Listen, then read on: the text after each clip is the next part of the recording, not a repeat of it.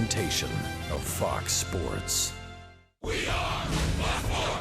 We are San Diego.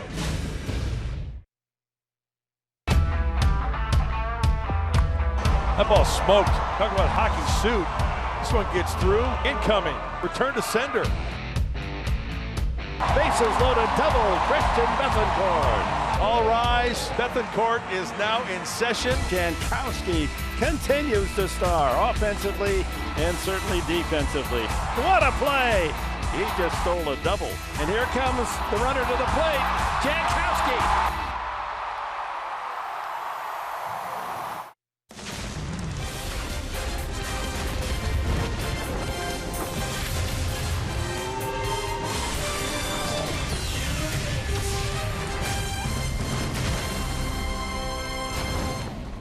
Another beautiful military Sunday in San Diego as the Padres salute the men and women of the United States Navy.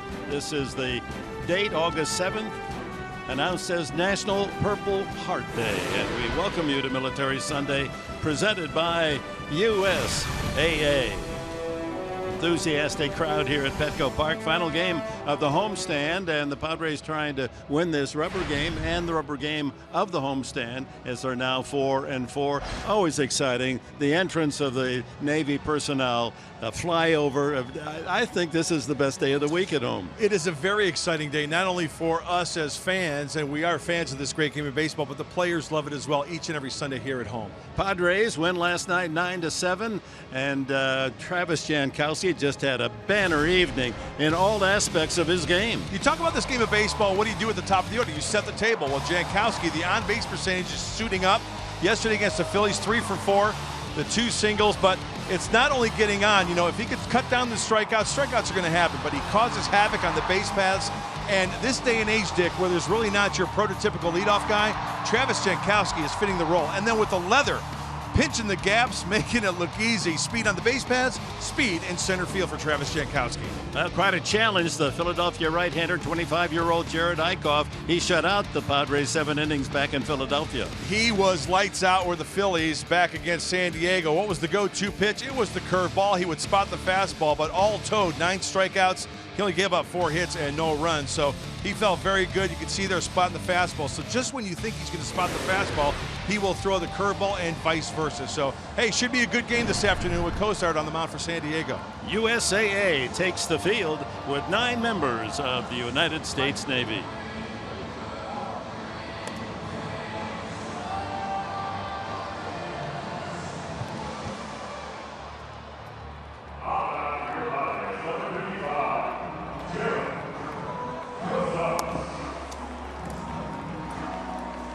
Always a special moment as the starting 9 of the Padres greet and congratulate, salute those who are serving us in war and in peace. Phillies lineup brought to you by Hyundai. Cesar Hernandez leads it off. Odubel Herrera hits in the second hole. Maikel Franco with 20 home runs to lead his team. Ryan Howard, home run and a double last night. Aaron Altair hits 5th. Cody Ashe in left field 6th. Carlos Ruiz, the veteran catcher, gets his first start of the series. Freddie Galvis at shortstop bats 8th, and Jared Eichhoff in the 9th spot. Jared Cosart on the hill today, this Sunday. Hopefully it's a fun day and run day. He's got the fastball, cutter, curveball, changeup, and he has moved to the middle of the rubber. Remember last start he was on the third base side, so Darren Balsley moves him towards the middle. We'll get into that as the game goes on. The Padres trying to improve their Sunday record. They've won only 3 times this year on Sunday, losing 14. And in the Navy camos, they're 1-7. It's a beautiful Sunday afternoon for baseball. And we're pleased that you've joined us here at the baseball yard, voted the very best in the nation by USA Today, Petco Park. Right sunshine, ready to go. Jared Cosart, his second start for the Padres. He was drafted initially by the Philadelphia Phillies, and we're underway. First ball swinging. Cesar Hernandez tops one to first, and there's one away. How are you? I'm fine. That's one out. Padres defense brought to you by your San Diego County Ford dealers in the outfield. You got Christian Bethancourt in right field. We'll see how that adventure works today. Jankowski's been brilliant in center and Dickerson in left. Solarte around the horn to Rondon at short. Schimpf at second base and Myers, the first baseman. And Derek Norris behind the plate for Jared Cosart.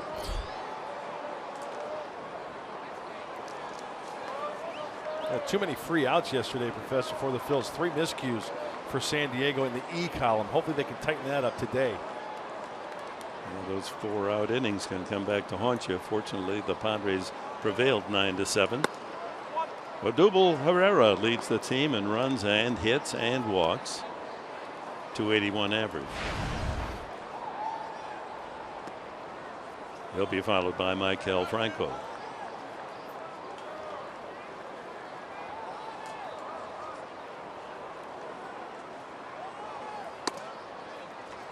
Breaking ball in there. Calling the balls and strikes today, Jordan Baker, with Timmons, Hoberg, and Everett on the bases. Each team begins play 15 games out of first place. Philadelphia, with Washington in the top spot in the East, and San Francisco atop the West.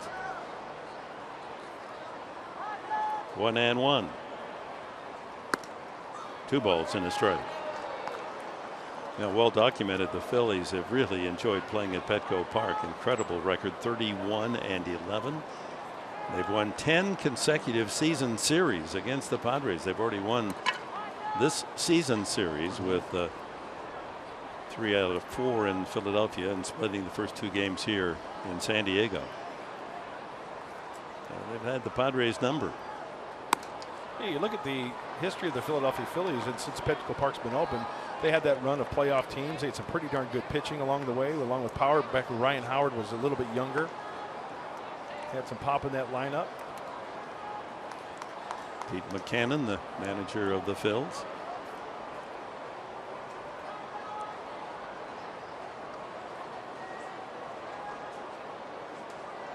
The 3-1 pitch.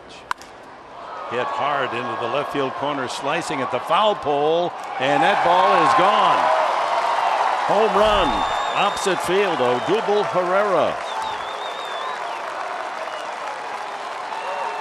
The hope was that the way the ball was traveling, it might slice foul, but lands about 8 feet, 10 feet in fair territory, and the Phils strike early. Cut fastball, didn't get it where he wanted to, and when you leave that up, it flattens out. And on a day like today, you get the sweet spot on that ball. It will travel to all fields. Number 12 for Odubel Herrera. That'll bring up Maikel Franco. Shift on.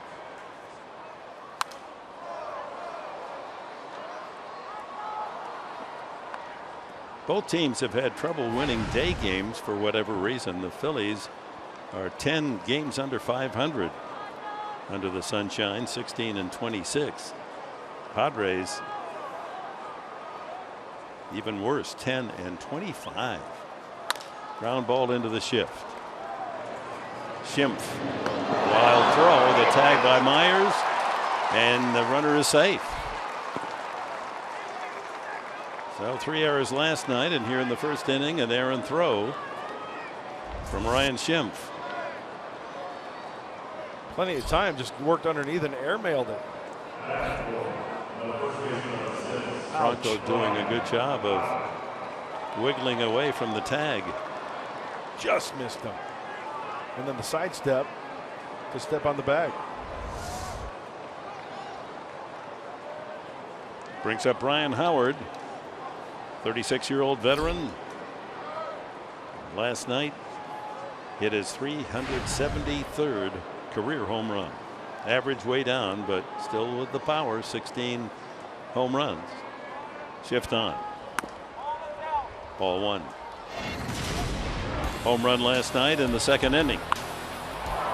Paul Clemens, a no-doubter, straightaway center field, 428 feet.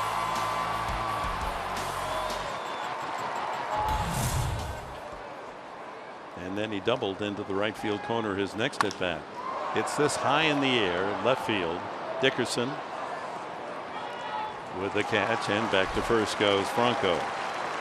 2 away.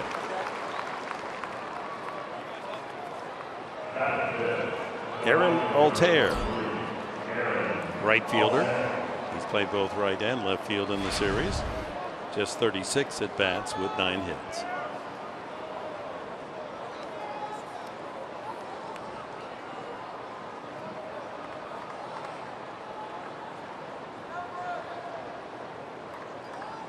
Cozart signed with Philadelphia, his pro contract in 2008. He was a long shot pick, 38th round. That's a strike, and he was traded 3 years later, involved in the deal with Houston that brought Hunter Pence.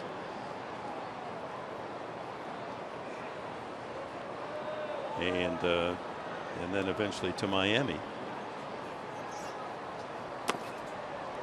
And the Padres acquired him along with Josh Naylor in the Andrew Kastner deal. Also Carter Capps, who by the way is celebrating his 26th birthday today. Carter Capps, as is Jose Dominguez out in the Padre bullpen. Happy birthday to 2 of the Padres, both 26. Breaking ball right in the heart of the plate. Talked to Carter Capps before the game. 5 months removed from Tommy John surgery, and he was playing catch out in right field. He was getting up on top, getting extended quite well. It's amazing how these guys bounce back. Still a ways to go. But he was out there playing catch today, getting a little workout in. We wish the best for him. He might be ready by spring training, huh? Might be.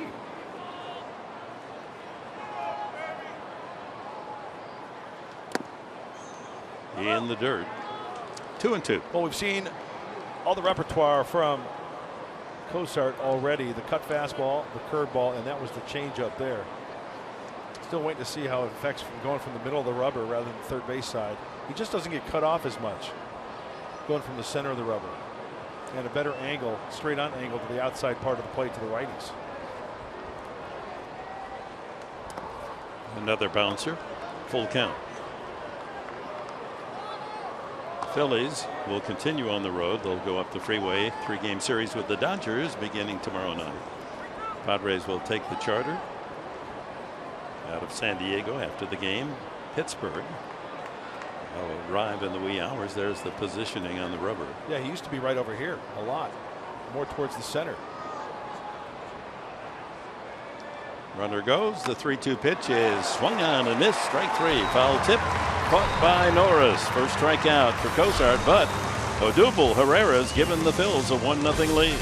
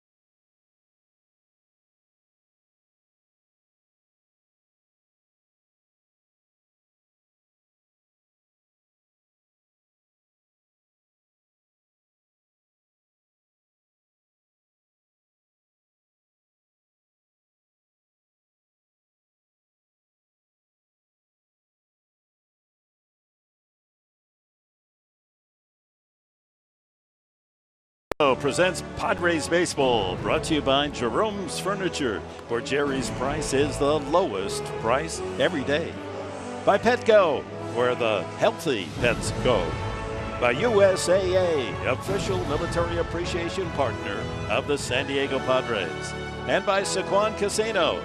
Sign up for the new Padres Club Card today.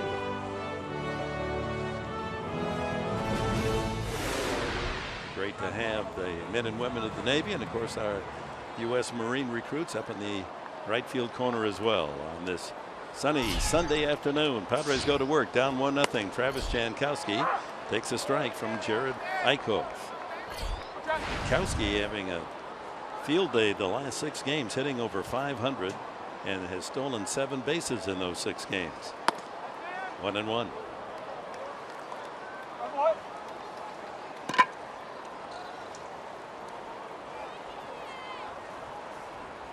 The on-base percentage for Travis creeping up there now, 376. Really like the way he is handling that magic wand up there at the plate.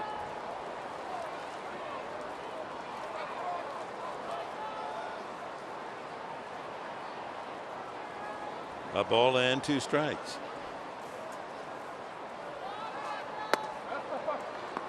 Good check. Well, that's a good yacker right there from Eichhoff. When the Padres saw him in April, he was throwing much more breaking balls, 32%. That's down to 20 and 18% currently. Topper to the mound and the easy feed for the first down. Check of the San Diego Padres lineup brought to you by Toyota.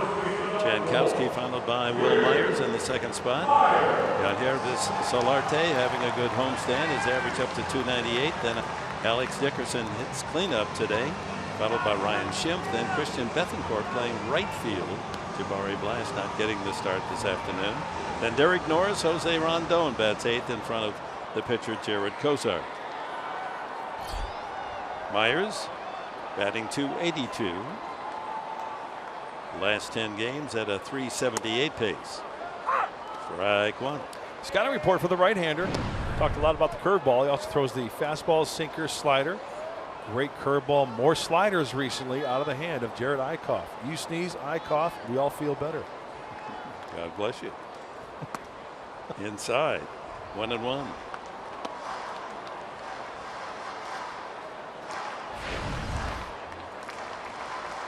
Best, 4th best home batting average in the National League, Myers, .346.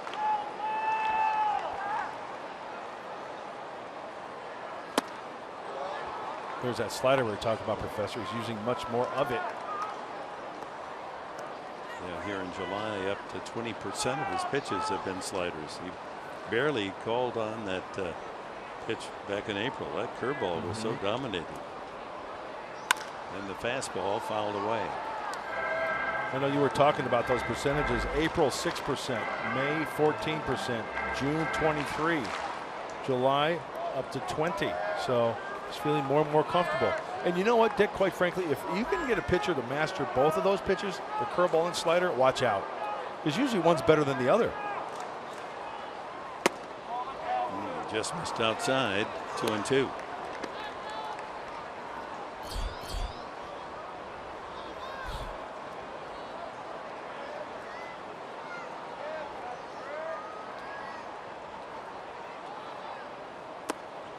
In the dirt, full count. Eichhoff, 6'4", 247, a big guy from Evansville, Indiana. That's a great pitcher's frame right there.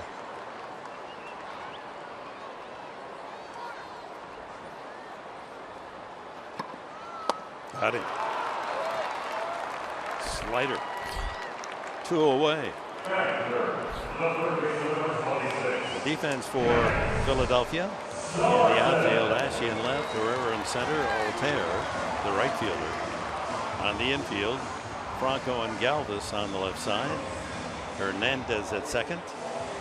Big Ryan Howard at first base with veteran Carlos Ruiz behind the plate for Eichhoff.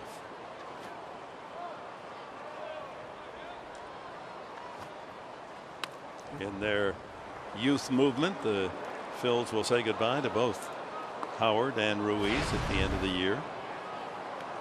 They started this last year making key trades, building up the farm system. It's a formula that the Padres have borrowed this year. Hey, let's face it, both those guys have had great runs in Philly uniforms. Ryan Howard bringing them part of the World Championship for the Phils. Ruiz as well. Good catcher for the staff, leader behind the plate. 2-0 to Solarte. Ground ball sharply and handled by Howard. 3-1 on the putout, and the Padres go in order in the first. It's 1-0 Philadelphia.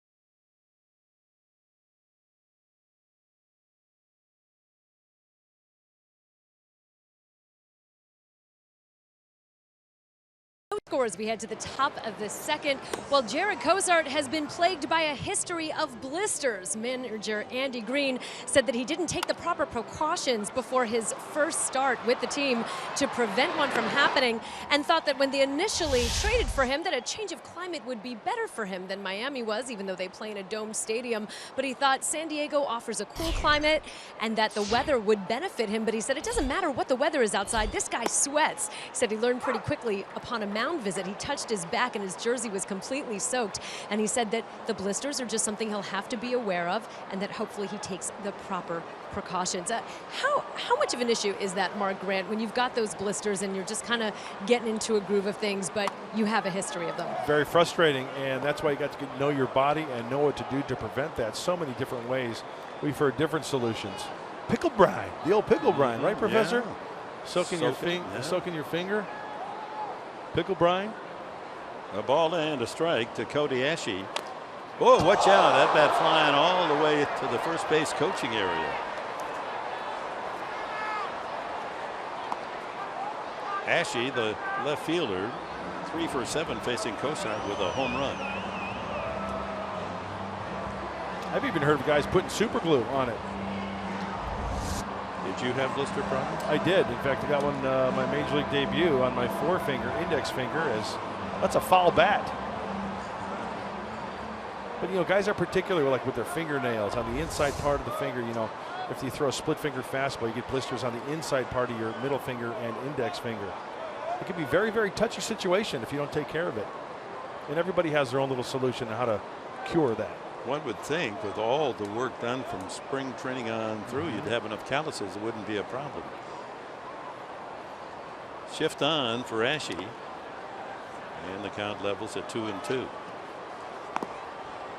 see that big hole right center field. But no worries, Travis Jankowski is out there. He made another outstanding catch last night. He has really covered center field. That strike 3 called. Curveball. Second punch out for Jared Cozart. Talked about the curveball last night, and this is a doozy here. You can see the rotation, 4-seam rotation, off the table, 12-6 on your clock. For the punch out, very nice. Carlos Ruiz introduced, some Philly fans here giving it the Rue. 11th year with Philadelphia, now 37. Veteran from Panama. Career average of 266. How about those helicopters in the flyover today? Huh? Yeah, that was nice. From center field right over our heads. Ground ball up the middle, and Ruiz has a bouncing base hit to center field. Second hit for the Phils. And that'll bring up Freddie Galvis. The Fanatic fans. Hey, a lot of red, white, and blue here supporting the Fightins, as they call them back east. And your favorite mascot. Very entertaining. It's been around a long time. You do send him Christmas cards. Absolutely. We keep in touch. Good. Oh, he's anxious to see you again next year. Swing and a miss by Galvis. The switch hitting shortstop. Doubled last night and knocked in a run with a ground out. You know, I remember getting calluses. We're talking about Jared Cosart, the calluses on that thumb. You know, it's very important to take care of that by shaving it down. You don't want the callus to get too big, because if it gets too big, then it'll rip on you. You got to shave that down to not all the way down to the tender skin, but there's a fine line. Like on you say shave, you're not talking about with a razor. With a razor. Or not an emery board, something. No, just a razor will shave it down. I used to, on my drag foot, on my big toe, on my big toe on the outside used to just get a callus on, and I had to shave that down because it would crack if you didn't. The bigger the callus is going to just rip off the skin, and you don't want that. Went after another breaking ball, and it's 1-2 to Galvis.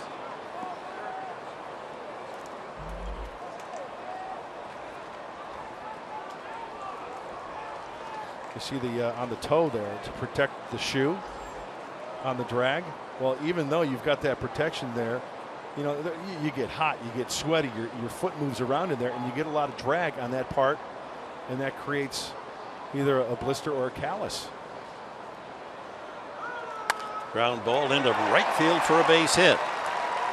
Ruiz, not a fast runner, will hold at second. A couple of base hits here for the Phils with one out in the second. And that'll bring up the pitcher, Eichhoff, who is the best hitting pitcher on the Phillies staff. Now, when you leave the curveball up too much, see, that's right above the knees, mid-thighs. And a righty coming into a lefty, it's going to speed up his bat, enabling him to hit that hole on the right side. And he'll give him the single there, keep a force at any base. And hopefully you get the lead runner with the pitcher up. Eichhoff has 7 hits, more than any other Philly pitcher. See if he's swinging. He hasn't squared yet. Yeah. Padres looking for the bunt. Yeah. Manager McCannon respecting the fact that he can swing the bat. Knocked in 4 runs.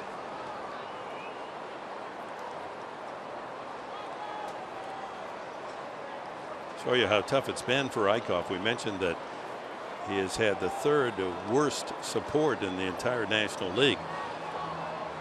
Teammates giving him only 3.2 runs per 9 innings. So to get the home run in the first inning is a break in itself. In fact, it snapped a string of 13 consecutive innings where the Phillies didn't score a run for him. Now he's got a chance to help himself.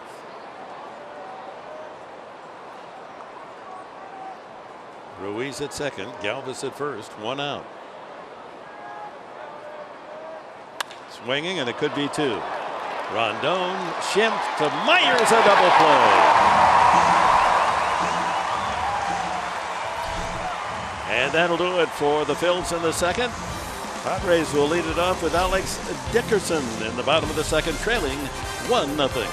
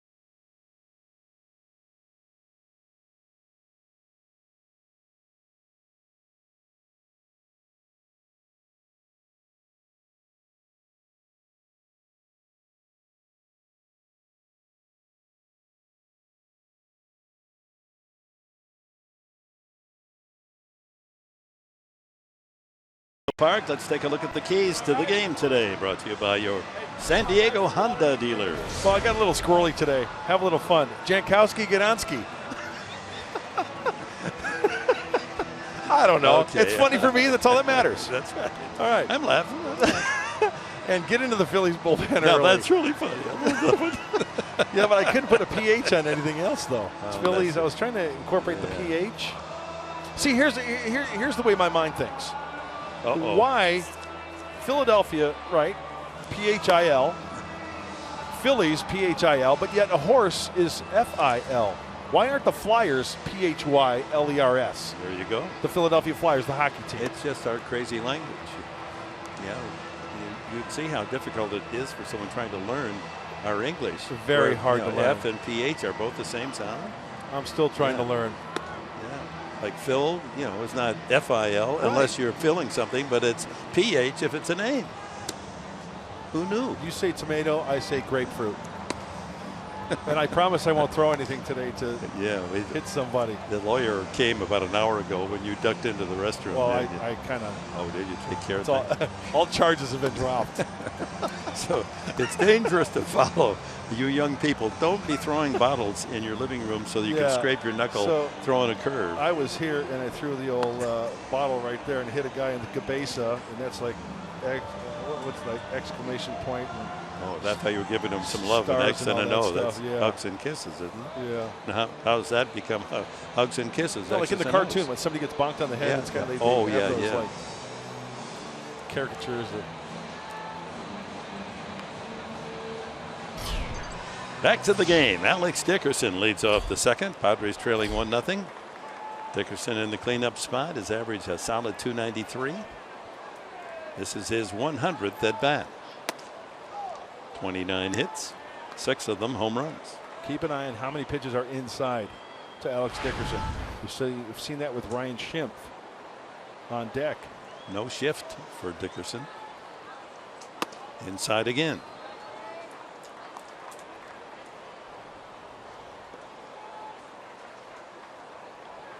Let's see if he goes hard and soft away with either a changeup or a curveball, if it gets to that point.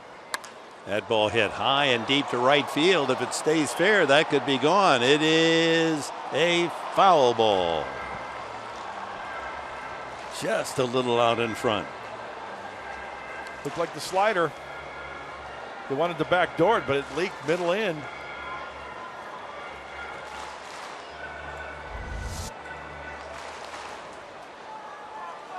That ball just outside the foul pole. Off third. Franco doesn't have a play. Nice catch. So 2-2 to Dickerson with Schimpf and Bethancourt scheduled here in the second. The Padres have been winning, lose, win, lose, ping-ponging. The whole homestand. Lost one, lost then one, lost then one, lost then one last night. Trying to win 2 in a row here and take the homestand series. Another foul off to the left out of play. In fact, it is somewhat of a shock that the Padres still on the season. Their longest winning streak is 3, and they've only done that 4 times all season.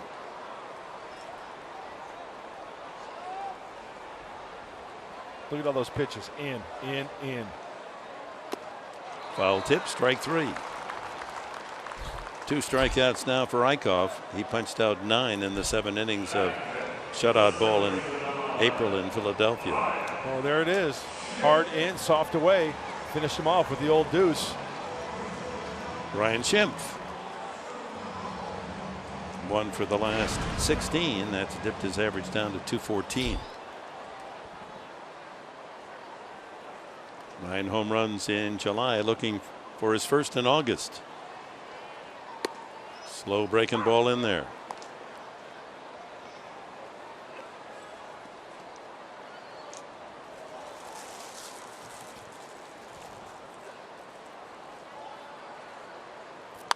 Line drive, but foul.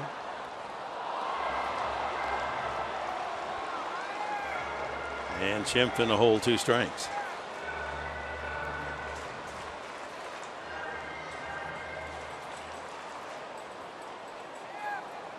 Brought his glove. He can't believe he didn't come up with a souvenir. It's harder than it looks.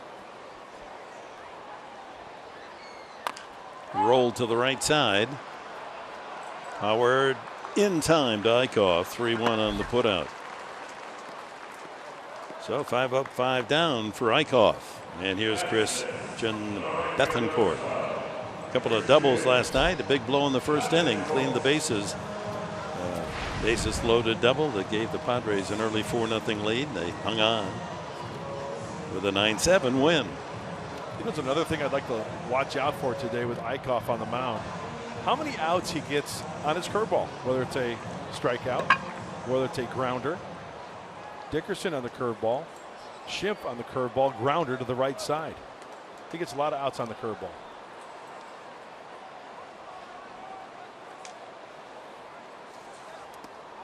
Bounces that one in. First 5 batters. The the Phillies need only the pitcher, the catcher, and the first baseman. They're the only ones involved with a couple of strikeouts, and the other 3 outs have been Howard and Eichhoff combining on tappers. There's the big curve. Boy, that's got a big break. Bethancourt last night with the bases loaded found the alley in left center, driving in all 3 men aboard, and then the next time up goes the other gap, right center field for a double. Foul back.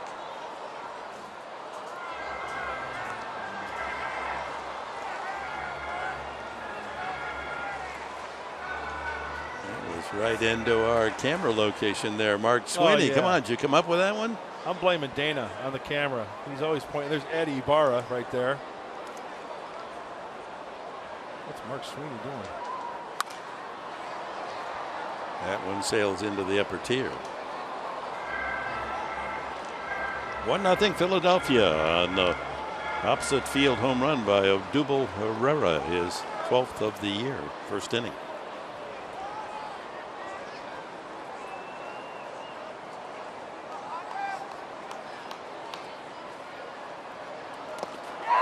He went around, and it's a 3rd strikeout for Eichhoff. He's pitching effectively again, as he did back in April in Philly.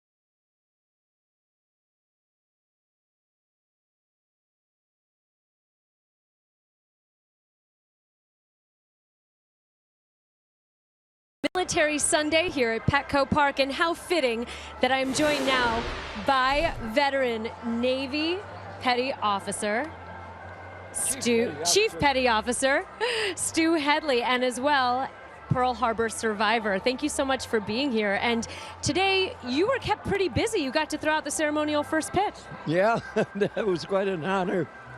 Never dreamed that I would ever do that. I've watched many others do it. Never dreamed I would do it. You were telling me before that you were practicing for this for a while in the backyard. How did that go? When they informed me that I was going to do it, I borrowed a ball from a fellow across the street. I went out in the backyard and I threw it toward the tree. And I would back up a little bit more each time and throw it. But I don't have the strength I had when I was 20 years old, that's for sure.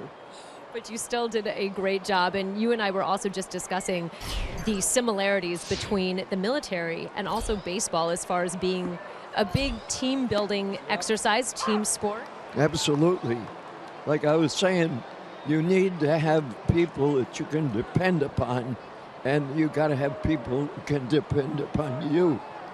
And for example, when I was on board the USS Prairie and I had the gyro shop, I told my men, I will never send you out on a job that I haven't done myself. And if I have to send you out, I'll go with you and see to it that we work together. And that paid big dividends because that developed a confidence in my men, in me, knowing that if they ran into a trouble, I would help them with it. Now, you have said the secret to a long life is to stay busy, and the secret to a successful marriage is to take a honeymoon every 5 years.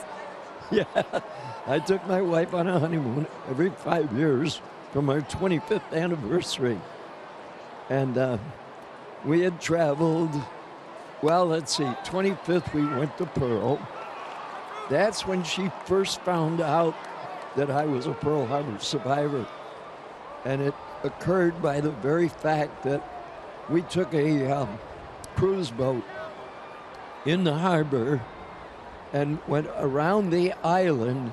And when we came around on the battleship row side, the whole entire thing replayed in my mind. And my wife said, Butch, what's wrong with you?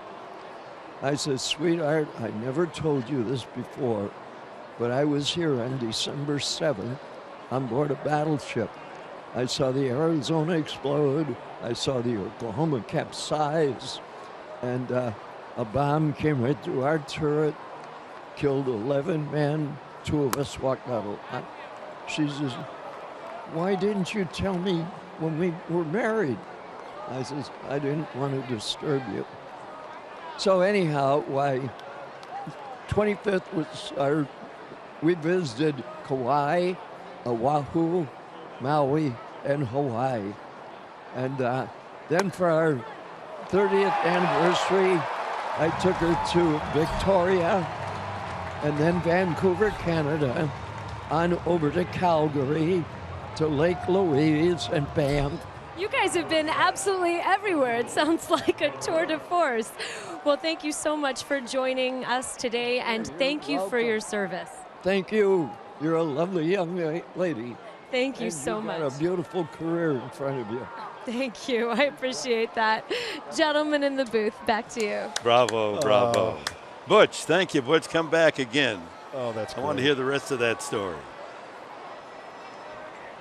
Stu Headley there on December 7th, 1941. Still sound of mind and spirit. That was delicious. And what a great piece of advice as well. Not only does he have a sharp eye, and noting Julie's loveliness, but the fact that he's comparing baseball with being in the military and how you have to pick up your men and you have to lead them and work with them. Well done. Herrera hit the home run that gives the Phillies the 1-0 lead. First inning, hit at the opposite field. 1 out as Hernandez has struck out. Now that's what these Sundays are all about, to salute our military heroes. I'm speechless. I'm just at awe of what I just heard. It's just unbelievable. I mean, you got to realize 18, 19, 20-year-olds back then, right? Yeah. I couldn't even feed myself at 18 years old. I mean, man. You're talking about 75 years ago.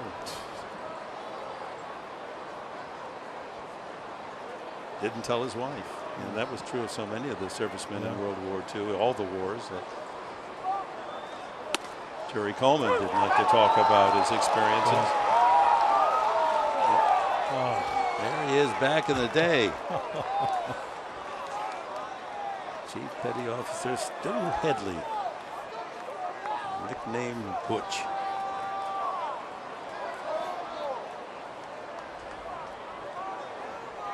Two balls, two strikes to Herrera. One out, bases clean here in the third.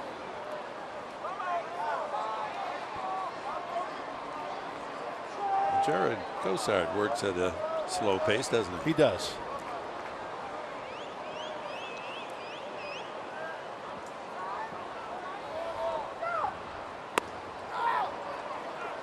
Full count. 3 strikeouts. No walks. 3 hits Cosart has allowed, including the home run by this man.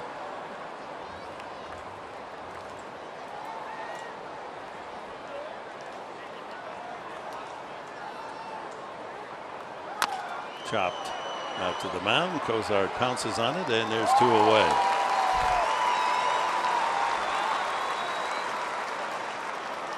That'll bring up Michael Franco. Well, when you throw that cut fastball that Cosart possesses, yeah, you'll avoid that sweet spot, and that little dribbler out in front of the mound was a perfect example of that pitch. Franco safe on Schimpf's throwing error his first time.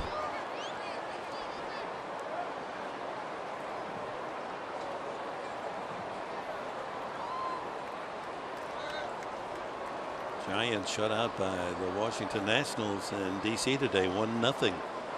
Their troubles continue. Dodgers play later, a 4 o'clock start in Los Angeles against the Red Sox. Giants lead just 2 games.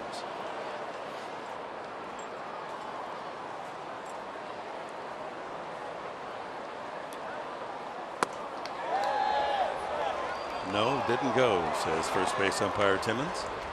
Well, the shift is on for Franco, and Mike Pomerantz and I did a little research the other day against Franco. As you see, 1, 2, 3 here, 1, 2, 3. How about chewing on this? This year, with the shift like it is now, he's batting .293. When they play no shift on him, he's hitting .243. Go figure, huh? Well, because he goes that way at right center field, and Jankowski tracking it, but it's Bethencourt in front of Jankowski to make the catch. Well, as we go to the bottom of the third, a final bow from the right-hander. Butch firing away. What a star.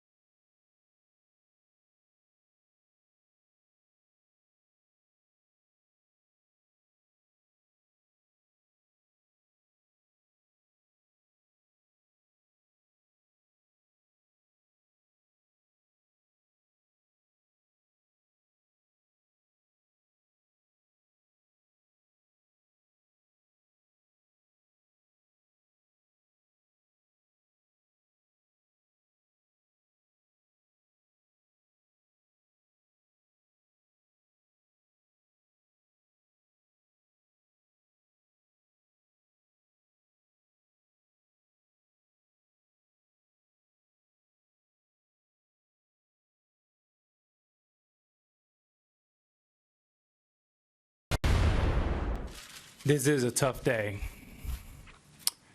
I love this game, and I love this team.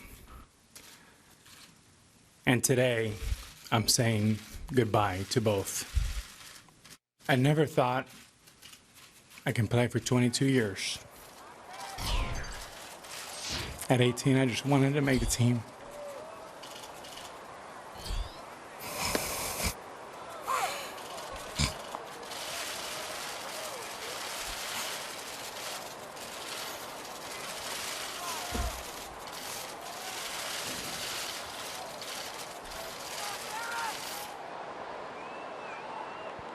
A tearful farewell from A-Rod in New York today as he announces he is going to retire. That, of course, encouraged by the Yankee management, who will pay out his very rich contract. Did he snort? Did he snort during that interview? No, that was part of his weeping. Oh, okay. Derek Norris leads off the Padres third, trailing 1-0. Rodon and Cozart to follow. Eichhoff has been tough. 6 up, 6 down, 3 strikeouts. 2-2 now to Norris. By the way, prior to Derek Norris's at bat here, has yet to make an out or get on base. 5 of the 6 outs recorded have been on that curveball from Eichhoff.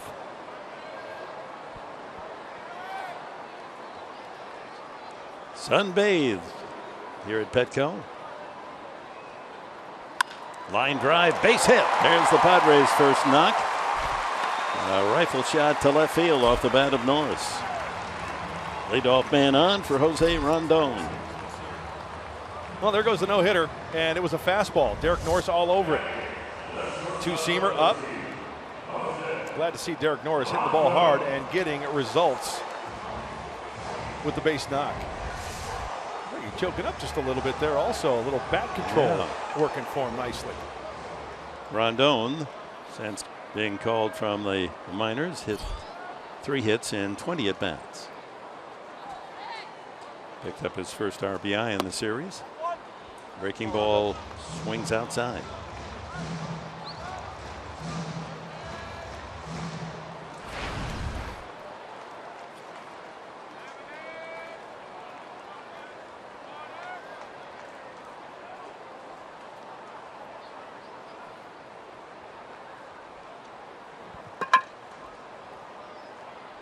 Foul back. I understand that when you retired, Mark Grant, it was a very tearful farewell. All the other hitters around the league started to cry. They didn't want you to go. Please, please don't let him go. We Go love one him. more year. One more year, please. I might hit 400. But I want to clarify something. I didn't retire. I quit. You have to be good to retire. Oh, So I quit. Not good enough to retire. Ground ball. Good play by Franco. Then he throws it away into shallow right field. Norris back on his feet, goes to third, and the Padres get a break on the misfire by third baseman Franco. Made a good play to get to the ball. It actually was behind him into the hole, and then off balance, a wild throw. I was amazed when he gloved this ball. As you mentioned, Nick, that's behind him, and then his momentum. He pulls it. It looks like he didn't have a good grip on it to second base. And a nice pop-up slide by Derek Norris, taking that 90 feet. Now at third. That's a break. Got to take advantage of that one. So first and third, Rondon at first, and Norris around to third on the air. And Cozart, the pitcher, 1 for 7 this year, 0 for 1 as a Padre.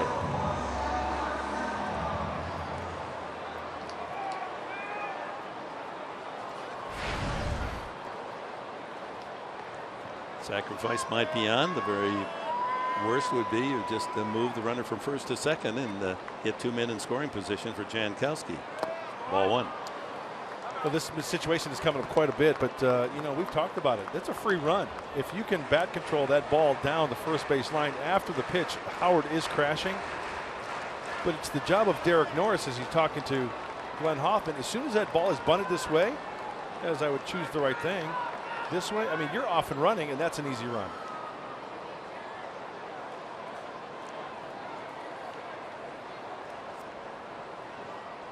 He's acting like he's going to swing. Now he squares. And that's a beautiful bunt. Norris does not come. And the out at first with second baseman Hernandez covering. Successful sacrifice. Jared Cozart.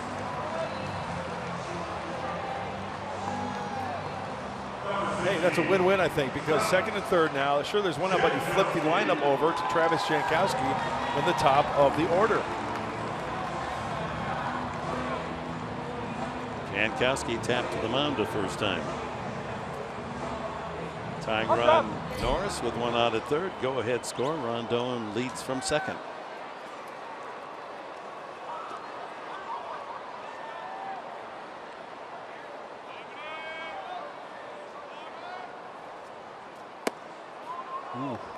Interesting. Yeah, Howard playing way back at first. Now he moves up. That could have been just a decoy, just, to get some people moving right there. Travis has been doing a great job of slapping the ball the opposite way. With that said, Ashe in left field is hugging that left field line.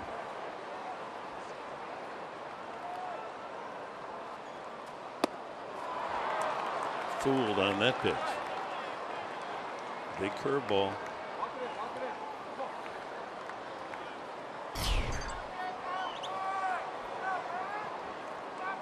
Bottom of the third, 1-0 Philadelphia. The Padres 2 men in scoring position for Jankowski.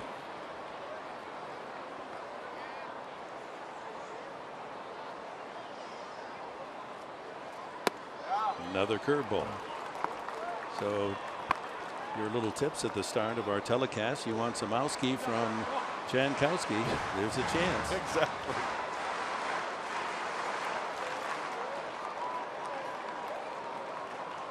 Shallow and swung over towards that left field line. In center field, Herrera pinching that gap.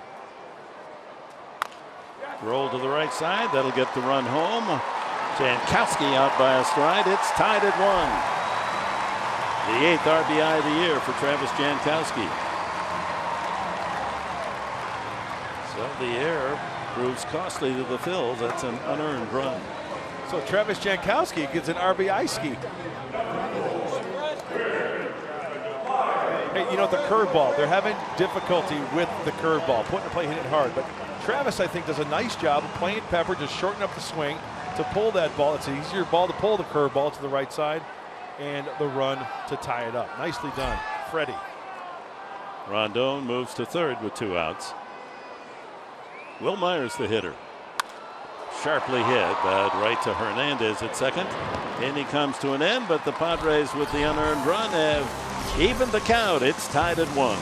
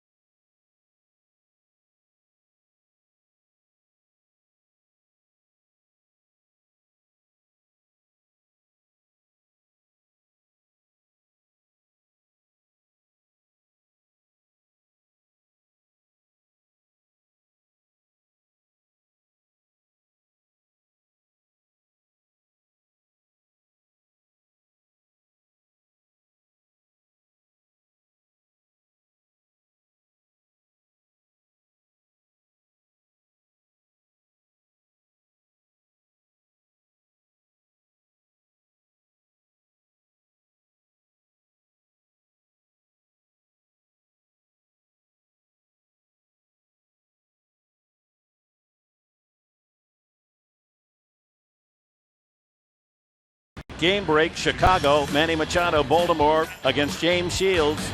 Out of here. James Shields to Manny Machado. This is a repeat, 2 home runs. And Machado, a 3rd home run in Baltimore's 10-2 win in Chicago against the White Sox today. By the way, James Shields, inning and a third, gave up 8 runs. Ouch. A 1-1 tie as we open the 4th inning here at Petco. Ryan Howard to start things for the Phils with Altair and Ashe to follow. Wide to left field his first time. I think if I were pitching to Machado today, it'd be the old 4 wide ones. Right? Yeah, it's tough to hit those out.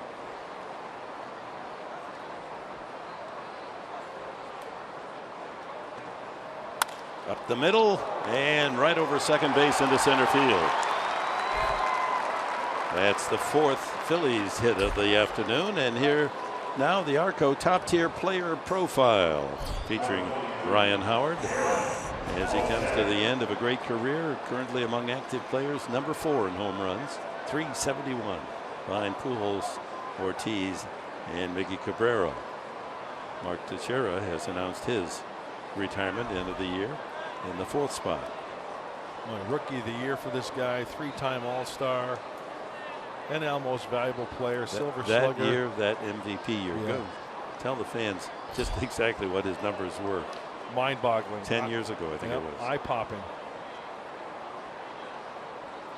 Altair struck out swinging the first time. 48 homers, 146 driven in. I'd say that's a productive year, Professor.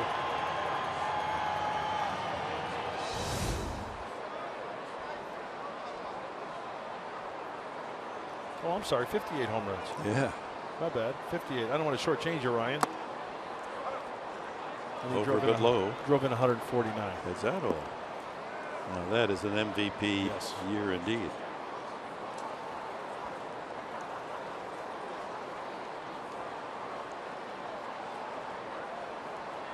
Leadoff single for Ryan Howard. Infield looking for 2. Low again, 3-0. 50 pitches through 3 innings plus.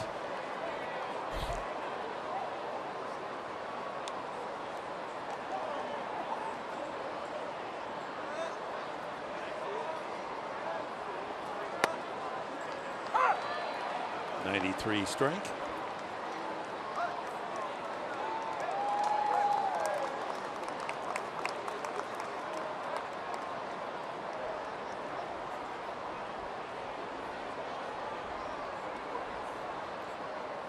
Ooh, shot to left field. Hit so hard, Howard can only move to second base as Altair ropes one to left. Back-to-back singles, Howard and Altair here in the 4th. Tell you what, Altair, when he, becomes a bona fide major leaguer hitting in that ballpark in Philadelphia, you talk about throwing the head on the inner part of the plate. He's long. He's got that long wingspan. He hit a lot of doubles in the minor leagues, doubles and home runs for this kid. I think the slugging percentage is going to go up when his career really takes off. So 2 on, no one out to Cody Ashe. Took a 3rd strike his first time.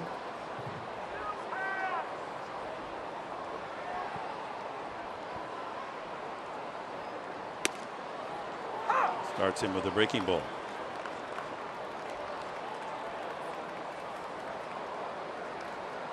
He's had his troubles with men in scoring position this year, hitting only 176.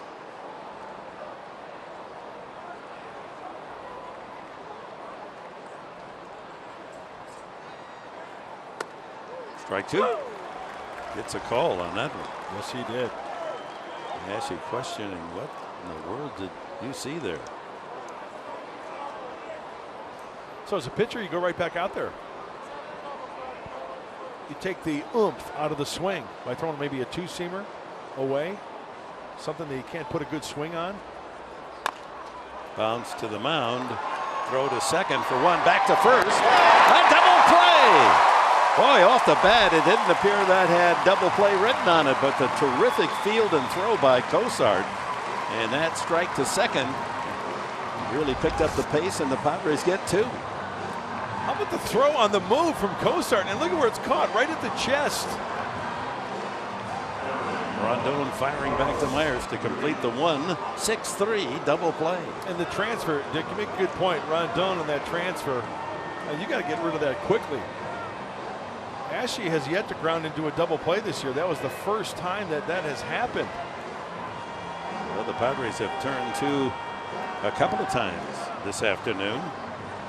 And the dust clears. That leaves Howard at third and 2 outs to Carlos Ruiz.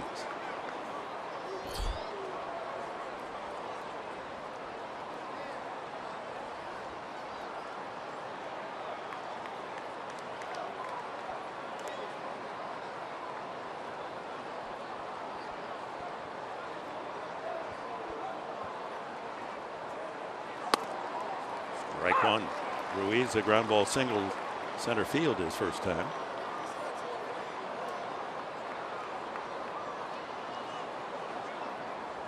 Playing time reduced significantly this year. Cameron Rupp getting most of the starts for the Phils. 0-2, same spot.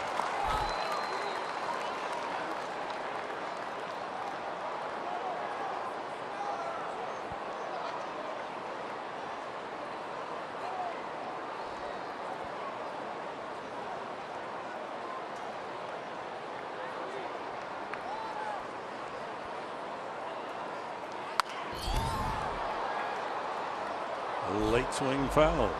Yeah, because of those 2 curveballs, 4 strikes, that fastball, tough to catch up to, even when he catches much of the plate.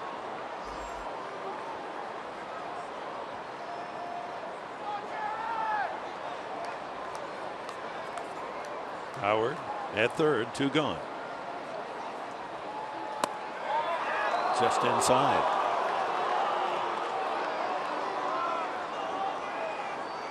Cozart awkward landing on the follow through. Yes, this day to bring out the lid. Oh yeah. Morris going out to see if Cozart's all right. Seemed to catch his spikes on the follow through. Did you see umpire Jordan Baker? He was right out there following Christian Bethencourt. Let's go, gang, break it up. Sorry, Derek Norris behind the plate.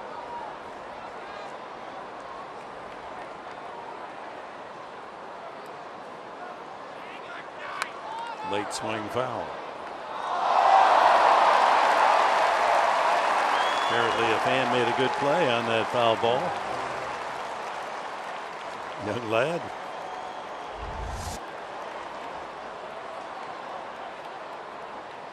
That's a great catch. You bet. Yeah, that's worthy of celebration, isn't it? Back with the 1-2 and a base hit to right. Here comes the run. Howard jogs in. It's 2-1 as Ruiz delivers. He's 2 for 2 today. And the Phils back in front, 2-1. Hey, good hitting right there. That's a cutter away from Ruiz. Not doing too much. Just getting the bat head out there. He's been late on the fastball. He's probably thinking to himself, hey, I'm not going to pull this pitch. If he's going to throw it there, I'm just going to throw the head, get it out there, and find that hole on the right side.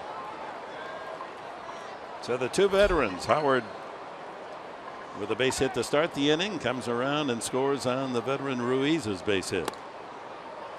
Freddie Galvis single to right his first time. 6 hits now for the visitors. Padres with a 1 hit and 1 unearned run.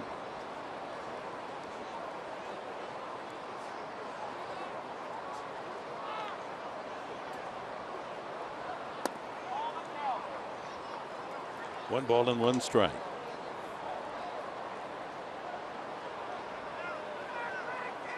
Galvis hitting out of that crouch. Looks like he's about 5 feet tall.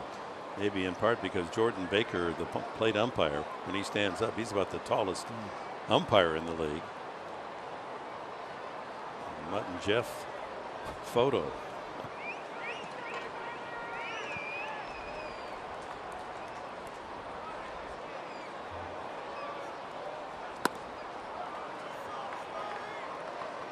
He's listed at 5'10", Galvis.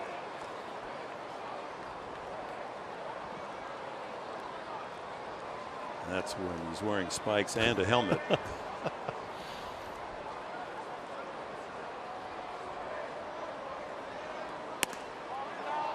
Outside, 3-1. Yeah, those are off the plate. Good call by home plate umpire Jordan Baker.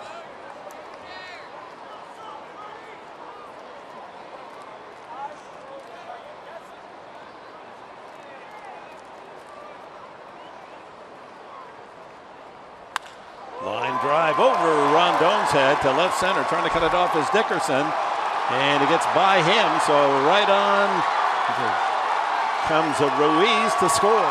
It's 3-1. So with 2 outs, Ruiz with the luxury of running all the way, and when Dickerson couldn't field it cleanly, he's able to score, and the Phillies open a 3-1 advantage. 2 for 2 for Galvis. So the number 7 and 8 hitters for Philadelphia, 4 for 4 each, with a pair of singles, Ruiz and Galvis. How about the fight Phil's using the whole field? Ruiz going the opposite way. Galvis splitting the left center field gap. This ball cannot be caught cleanly by Dickerson. And you know, when Galvis went to second base, there was no trailer as Ruiz comes around to score. I'm not saying they would have had him, but he took a pretty big turn around second base. And Will Myers was kind of in between the mound and first base. So they're going to charge Dickerson with an error. Yeah. No RBI then for Galvis. Another drive, right center field, all the way to the Fox Sports sign. Galvis scores easily, and Eichhoff, the pitcher, has a double. It's 4-1.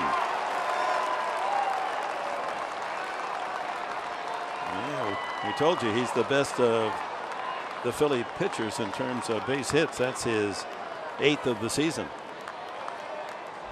Dick, you mentioned in his first at bat. Remember, it was a bunting situation, but Pete Buchanan gave him the green light to hit, and that's a pretty good looking swing right there by Eichhoff. He did ground into the 6-4-3 double play, but the point is, let him swing and helping his own cause there. You bet. His 5th RBI.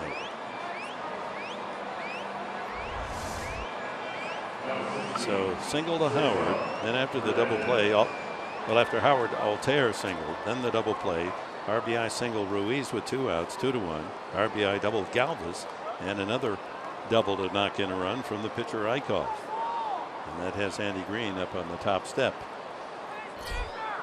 Leadoff hitter is Cesar Hernandez, with Eichhoff at second. 5 hits from the bottom 3 men in the batting order, 5 for 6.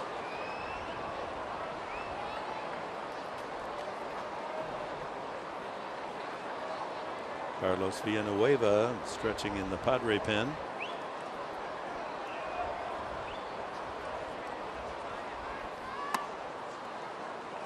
One and one.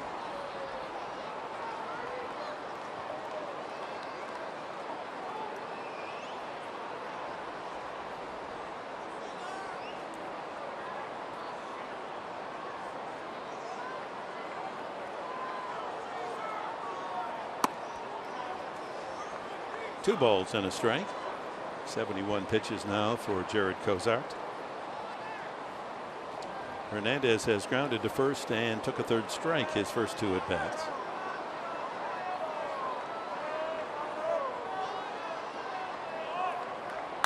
There's another base hit, and Eichhoff with 2 outs is around third, and they're going to hold him as the throw comes in from Jankowski. 6 hits in the inning for the Phillies. Hit so hard Eichhoff couldn't score. And that brings up Odubel Herrera, the 8th man to bat in the inning. And the curveball just up too much. When it's mid-thigh high or above the knee, that's dangerous. That's the danger zone.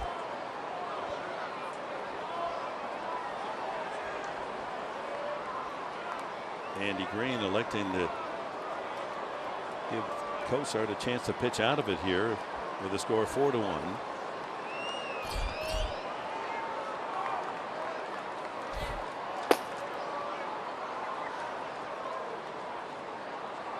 Two outs, men at the corners for the Phils.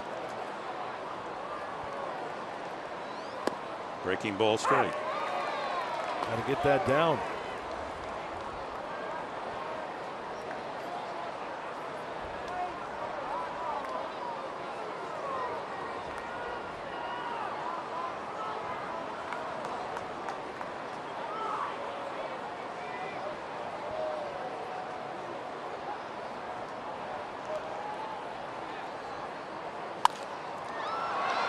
That'll be a souvenir. It gives you an idea how tough it is to be an outstanding pitcher when you say, keep the ball down. And that's the common cry. It's a chorus. You know, keep it down.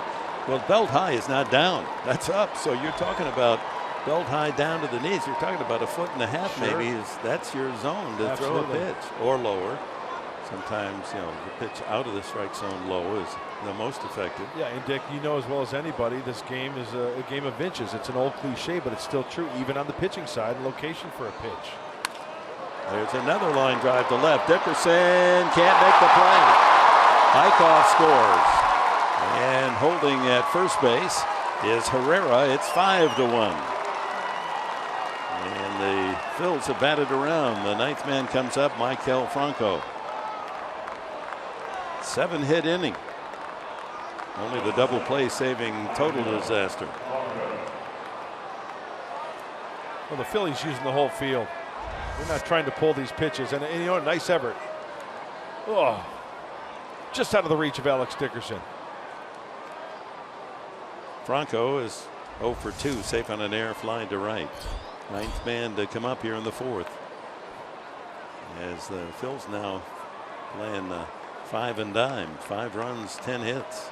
Look at the lower end of the order. 5 hits down there.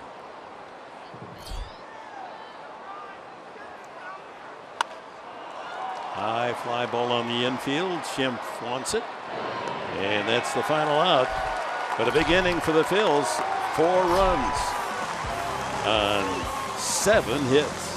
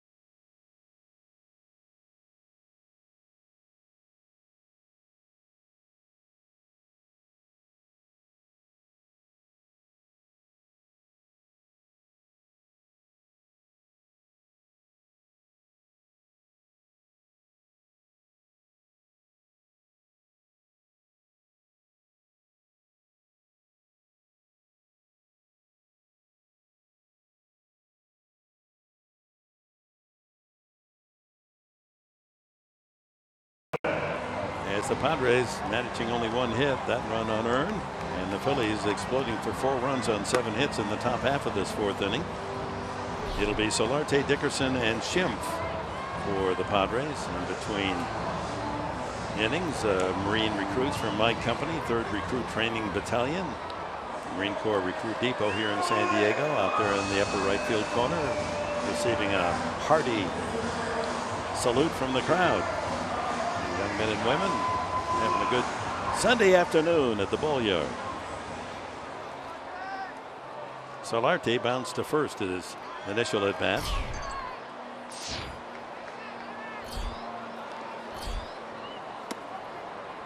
Strike 1. Mark Sweeney joins us on our Fox Sports San Diego booth. How you guys doing today? Whoa, wonderful. Doing well, my friend. Bright as the weather. right center field, but shallow, and in comes Herrera to make the out. How are you doing? I'm doing great. Like Wish your it was, tie. thank you. You guys, where'd you guys get that? You got the memo? You got the memo? Yeah. Unfortunately, you know, it's 1-7 so far this year. I know. The blue camos. We're not successful in these ties, and we should be. Playing for the military has That's a different right. purpose. What is it about day baseball, Sunday games, and the last game of the series? There's a high drive to deep right field, but not deep enough, although into the corner, running out of room, and it is gone. A Petco Porch home run for Alex Dickerson. Touch 'em all.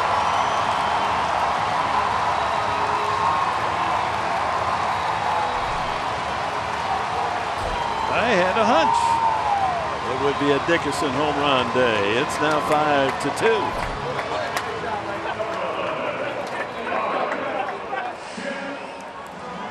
Well, you said it on our pregame show, Dick. You were looking for Dickerson to get in that home run binge. And let's watch it, that location. It looked like a little cutter in on the hands, and it's elevated, which makes it a lot easier for the hitter. But Alex Dickerson taking a chop at that. Hit it high, but it had that backspin. Travels into the Petco Porch. And it wasn't on the sweet spot. It was around down by the label. And it shows the strength of Alex Dickerson. That's a good backup, especially with that error in the top half of the inning. So the Padres get one of those 4 runs back, and it's 5-2.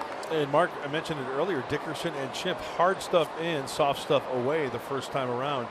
Looks like Alex was a little bit more aware of that cutter that he tried to get inside on. Yeah, and I think that those are some of the messages. You saw John Jay talking to him right there, just reinforcing so many of those swings. And to your point, Mark, hard in, and that's a cutter that wanted to be a little bit lower. It's still considered hard in. You want to try to swing inside that baseball. Sometimes it's very difficult to do. 322 down the right field line, and that home run measured at 333. So the Petco Porch angling out into the field of play, and Dickerson plants one in there. It counts just as much as a 450-foot drive. And a foul tip, 2-2 to the Schimpf.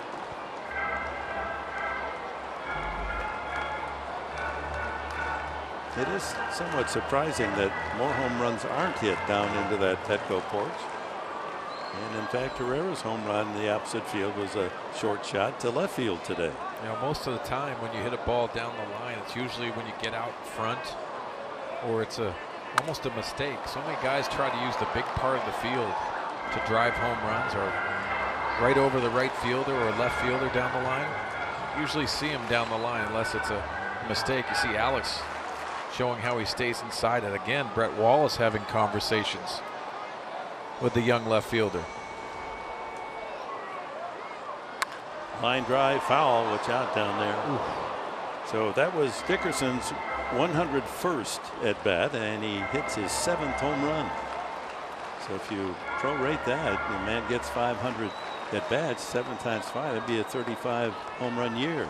He may have that kind of potential. We'll see. I just discovered something. That's why I didn't score well on the ACT. 7 times 5 is 35. I said it was 32. Close enough. You only missed by 1. I just signed. Ground ball right side. Howard gloves it, and the toss to Eichhoff for the second off. Out. Yeah, these are the facts, ma'am. Sundays 3-14, day games 10-25. Final game of the series, only 8 wins in 35 series. Hard to figure. It's something Andy Green must ruminate late at night. Dick, he said something pretty interesting. He looks at it from a game-by-game basis. He doesn't put too much emphasis on one particular game. I think it's a good message to send to a club. It's going out there and taking care of your business that particular day. Obviously, that has to change. But you think of the ebbs and flows of the game of baseball. Those things do change. They tend to even out at times. But that's troubling. And the reason why I say that is that so many times you get bench players coming in on day games, and you want different energy. And that's the role of a guy that's coming off the bench. Give that different energy. You're not replacing the production of the guy that you're playing for. You're just trying to add a different element. It'll be interesting, guys, is find out of all of the clubs, first place clubs, last place, what their records are on day games. And just like that little graphic we just saw of every club, regardless. First place, last place. Bethancourt cues that foul. Well, the Padres 10 and 25 in day games is the worst in the majors. Phillies third worst are 16 and 26. And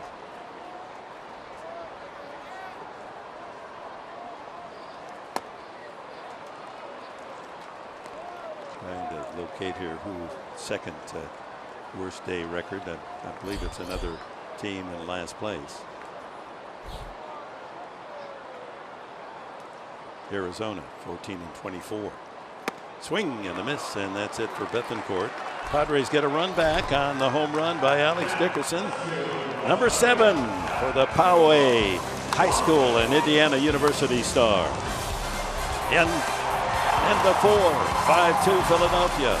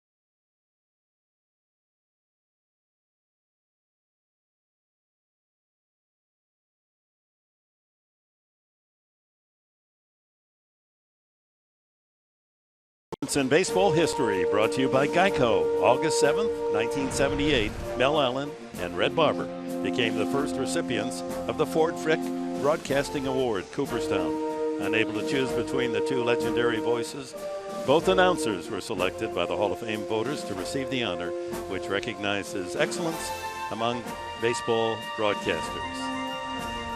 They were the two greats out of New York, the Yankee announcer Mel Allen, the Dodger announcer Red Barber. Red Barber's call, "Oh, doctor," and Mel Allen, "Well, how about that?" This week in baseball. List, yeah. One of This Week in Baseball. Oh, I could not wait for that as a kid. Not wait to wake up and watch that. Ryan Howard led off the 4th inning with a single, and 9 men came to bat. 4 runs scored for the Phils. 7 hits. And in the early days of television, those were the two voices we heard, Barber and Allen, in the World Series. You know what's great about this game of baseball? Your wheelhouse, yours and mine. When I was like from 7 till like 17, 18, to me, those are the golden years. Dick, how about you? Well, because those are the days we were dreaming. Exactly. And for me, going back to black and white radio, I mean, I had to use my imagination. I was hearing those voices and imagining what was happening. It wasn't already there on the TV set. And it made it even more powerful because it was the way I perceived what their description was giving me. And yeah, that allowed me to dream that I'd like to be the guy they talk about on the radio someday. Yeah, that's the best way, and it has to be the younger years. You're just dreaming and thinking about what's next, what's coming in your life. And then having my 4 brothers just beat the tar out of me. I love that part. It's my favorite. Yeah, Derek Norris takes another foul tip. Oh, the right hand being exposed there. Got it right on the backside. Now, it's interesting, too, because you see that hand exposed, and a lot of times, olden times, they put it behind their back to protect that throwing hand. And you wonder if it's a transfer and when they're throwing, but no one on base for Derek Norris. There's no need to have that transfer and that quick transfer, especially when there's no one on base and he's exposed to that. Might be something he's used to. Ball, 2 strikes to Ryan Howard.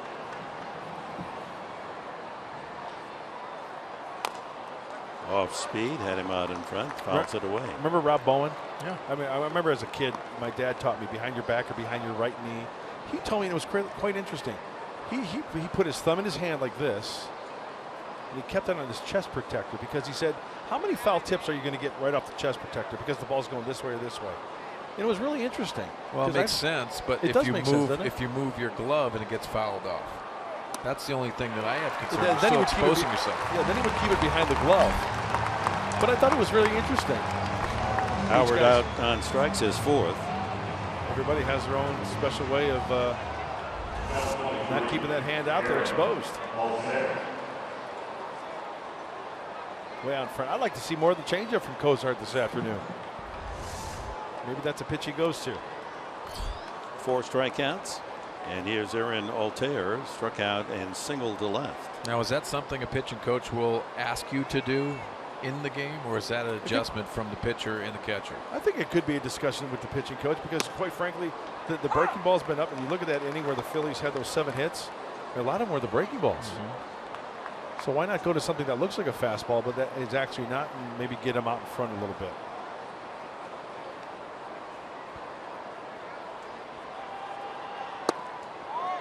Breaking ball just misses low. 1-1.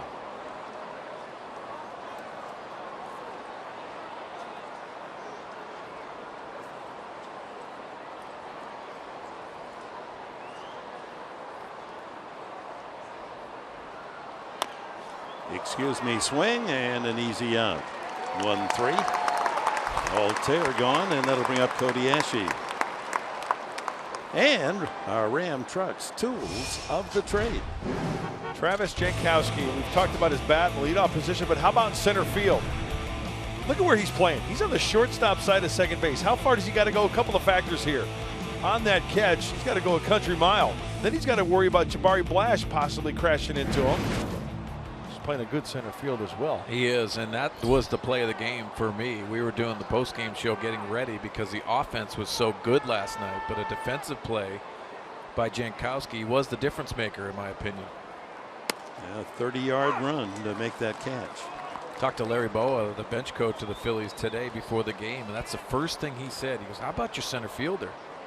Travis Jankowski made the play of the game last night. There's Larry, always watching the little things about the game. Passionate about baseball. One of the smartest guys I've ever been around. Was he eating sunflower seeds when you're talking to him? I love the reaction I get when you're talking to him because he keeps the seeds in his hands. He'll eat them one by one. and I'll bet you anyway he gave you that look like, I like that Jankowski. He gets bright-eyed, he'll stop. That's a high compliment from the wizened veteran Boa baseball decades. Hey, Larry Boa, he didn't weigh 145 pounds soaking wet when he came up to the big leagues, and yet one of the best shortstops to play the game. His fielding percentage, look it up. You know, I asked him about the Utley rule too, and he said, "Oh, get rid of that." And I love that a shortstop's saying to get rid of it, because that rule has affected a lot of things in the game this year, and I don't think for good purposes, but a shortstop. And he said you have to have the awareness to play the position in the middle infield. And he doesn't like it because he took a lot of pride in not getting contact. He said, you know what, I remember the certain guys that would try to blow you up. Hey, he tried it when he was on base. Yeah. There's a certain way you play the game and not to injure it. He said about the Utley slide, he said, you know what, he slid too late, but his intentions was just save the game. And I don't have a problem with that. When you're trying to win a game at this level, obviously you don't have any intent to hurt somebody. You have to play the game with an edge. And Larry Boa did just that. That runs the count to 3-2 on Kodiashi.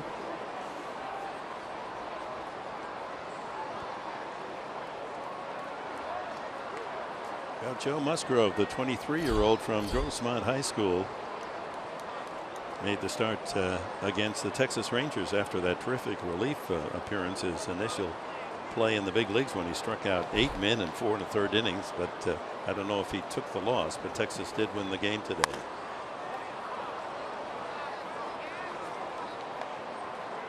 Well, Texas ends up winning 5-3 today, and they have dominated the Houston Astros. That's been the difference of that division. That moves them 7.5 games in front of the Astros. Seattle started at 7 back today. We'll check their score in a moment. Swing and a miss, strike 3. 5 strikeouts for Jared Cosart. We're at the halfway mark in this one at Petco Park.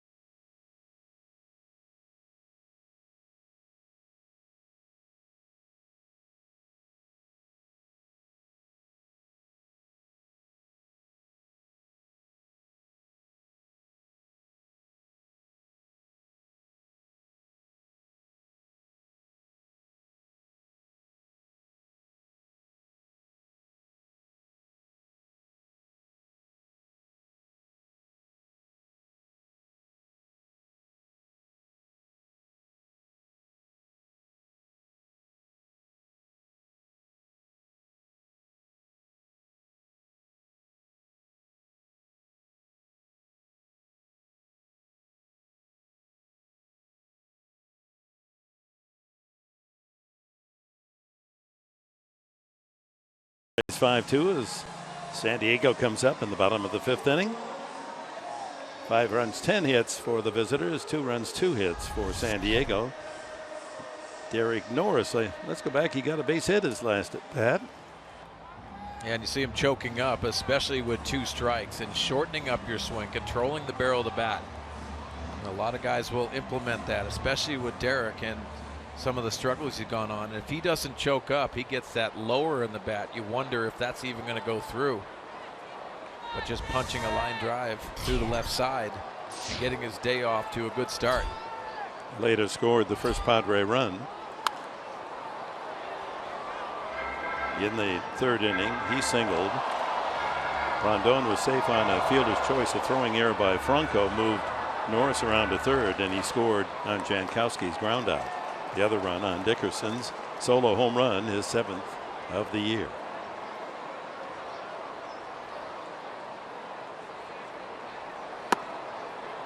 Oh, and 2. So Eichhoff must feel like he's Alice in Wonderland. They haven't scored any runs for him. 3rd worst in the National League, but 5 runs. He contributed himself, knocked in a run today.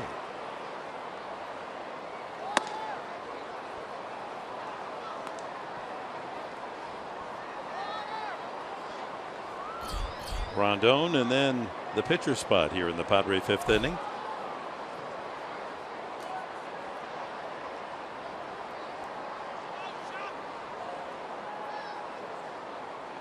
Got him with a breaking ball. There's that slider we were talking about earlier, Mark. He's been throwing it more lately. As each month has gone on, April, May, June, July, and August, much more to the slider for Jared Eichhoff. Here it is. 5th strikeout of the afternoon for Eichhoff. When he shut out the Padres 7 innings, went on to a 2-1 win in Philadelphia. He struck out 9 in 7 innings. Rondon safe on a fielder's choice his first time. That was a bouncer to third. Franco throwing it away at second base. Foul ball. Now for young hitters in this league, especially Jose Rondon, it's just trying to figure it out. How I be aggressive, how I lay back, how I stay in the strike zone. And constant information and trying to process that information sometimes gets into your head. That's the maturation process when you're getting an opportunity at the big league level and then moving forward. Checking the Padres minor league action at Lake Elsinore last night. Josh Naylor, the left-handed hitting first baseman the Padres acquired from the Marlins in the Cashner trade. Grand slam homer. Nice. His first home run with the Storm. He's hitting nearly 300. I love going to that ballpark. High fly ball right field. Altair for the second out. That is a nice yard up there, up to 5, isn't it? Ex-Nady is hitting coach down there with the Storm. Or up there, or over there, I guess is really. It's over there. You got it all covered, Professor. You go over, and then you get the freeway, and then you go up. Alexei Ramirez is going to hit for the pitcher, Cozart. His last pinch hitting appearance resulted in a homer. His first pinch hit in his long career.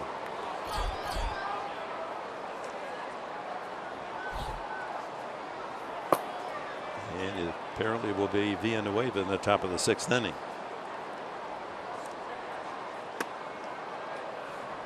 .93 pitches for Cozart.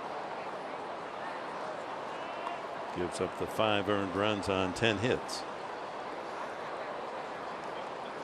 Didn't walk a man, struck out 5.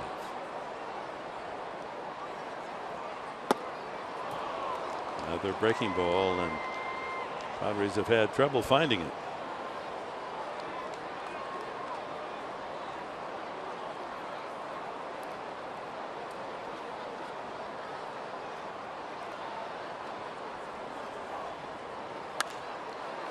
Soft fly ball to right. Altair cruises in. And it's a 1-2-3 inning for Jared Eichhoff. 5 complete. Phillies lead by 3.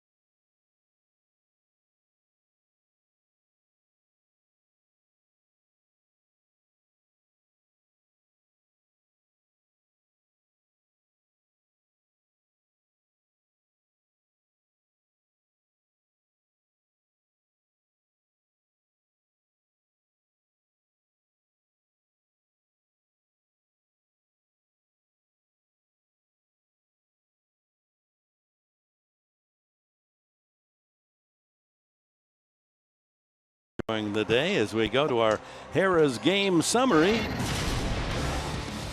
And it was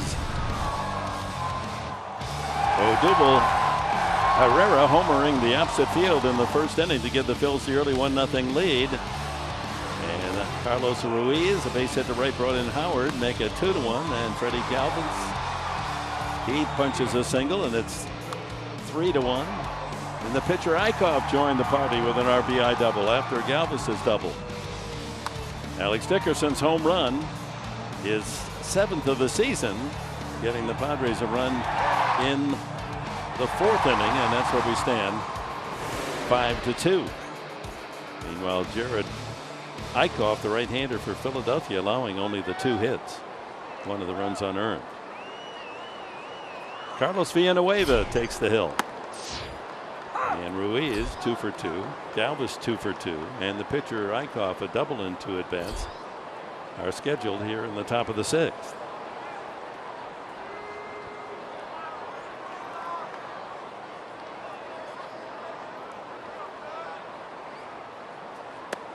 Our pitching change is brought to you by El Cajon Ford. Well, Carlos Villanueva's got to really mix it up. Doesn't throw that hard. We mentioned it, 88, 89. He throws that curveball, that cutter. He'll throw everything. He'll throw the cambio. That's the change. Just got to keep him off balance. Always working from the stretch. Home run ball has plagued Villanueva this year. Unable to get the right-handers out. They're hitting well over 300 against him. And a total of 13 home runs in 58 innings.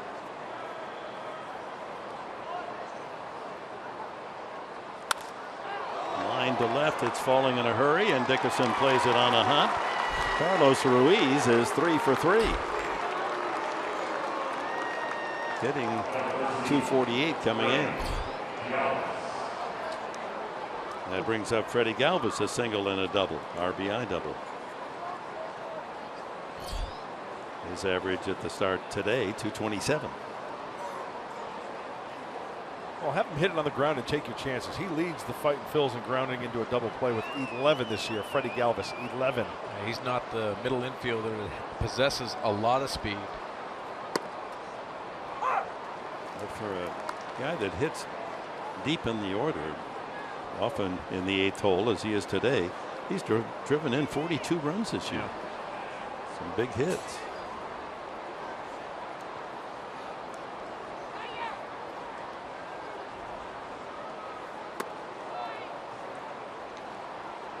Back to Joe Musgrove, because he's got a lot of fans here in the San Diego area. Grossmont High School product. In that first start against Texas today, went 7 innings, allowed only 1 run and 5 hits, and struck out 6. So didn't get involved in the decision. Houston didn't win the game, but Musgrove, a couple of good eye-popping performances in the big leagues this week. 7 innings against the Texas Rangers. Yeah. That is impressive outing for anybody. And that first his major league debut was in relief against the Blue Jays. So another good lineup. So you go, Joe. 1-2 to Galvis. Weak swing and a miss. Strike 3. And our greater coverage of baseball is brought to you by T-Mobile as we look ahead to the next series on the road. First of a 9-game road trip will be in Pittsburgh Tuesday night. Andrew McCutchen, since the All-Star break, has struggled. Starling Marte leads the Pirates in hits and 39 stolen bases. And Gregory Polanco, the 56 RBIs for the good-looking left-handed hitter. Well, how about Andrew McCutchen? Clint Hurdle sat him for 3 straight games, and they called it mental rest. Eichhoff, the butcher boy. There's one. Back to first base. A double play. Second time he's hit into a double play. Third turn by the Padres this afternoon. To the bottom of the 6th. The Padres need 3 to tie.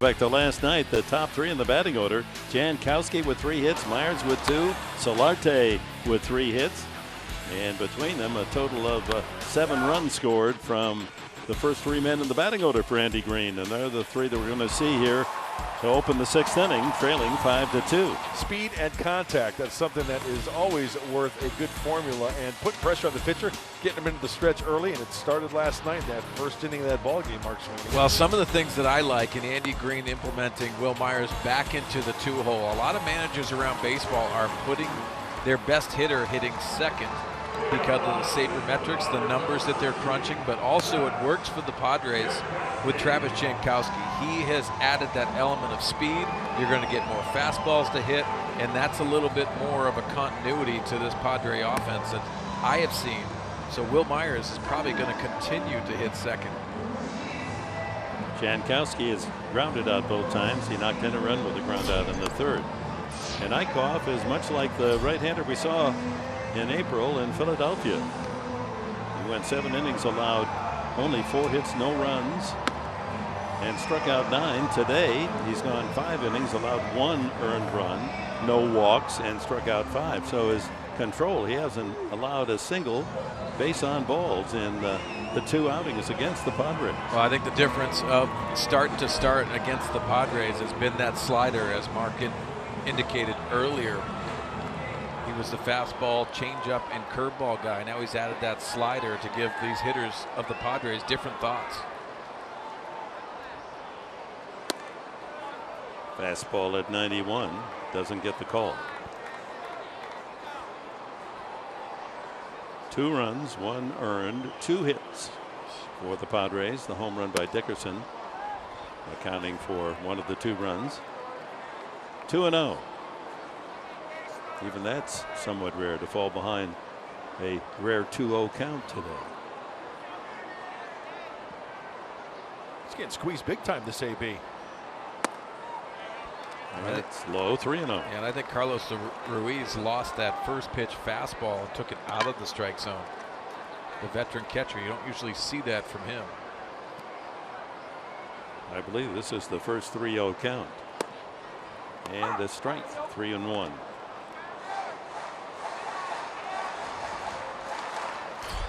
Will Myers next, and then Solarte in the bottom of the 6th. Line drive, base hit. There he goes, opposite field, a line shot, and Jankowski has the Padres' 3rd hit. He's aboard. We talked about it on our pregame show and his plate coverage, and also seeing the ball long, which I think is really important. You see the 3-1 count going the other way for Travis Jankowski, letting the ball travel. That's a good thing, and he is controlling so many elements to his swing. The leg kick, the foot's down, and he has perfect balance when it comes down to it, and that head is right on the barrel of the bat. Letting the ball travel is such a huge thing when you have speed. You put it on that left side, you have an opportunity to beat a lot of those ground balls out, but the line drive works anywhere.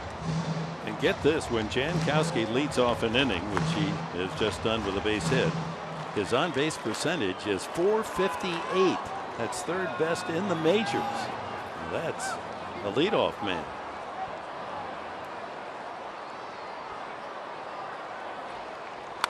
Got a pitch right there.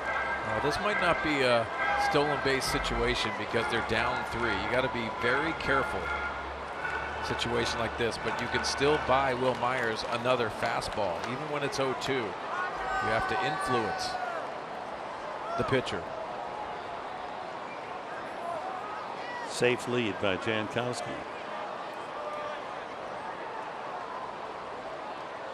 Myers has struck out and grounded to second. That could be a swinging bunt single. Tough play for Franco. Safe. Base hit, Myers.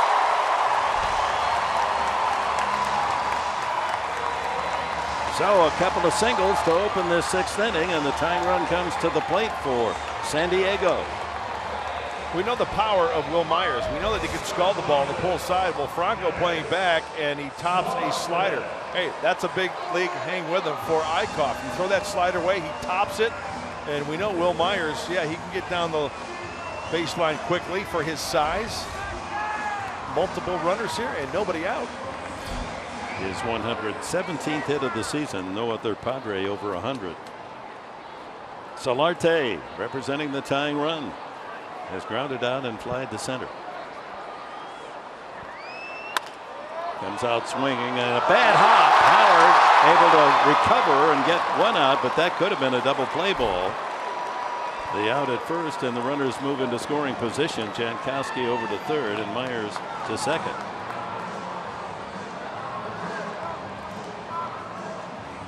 Our timeless moment today brought to you by Coors Banquet.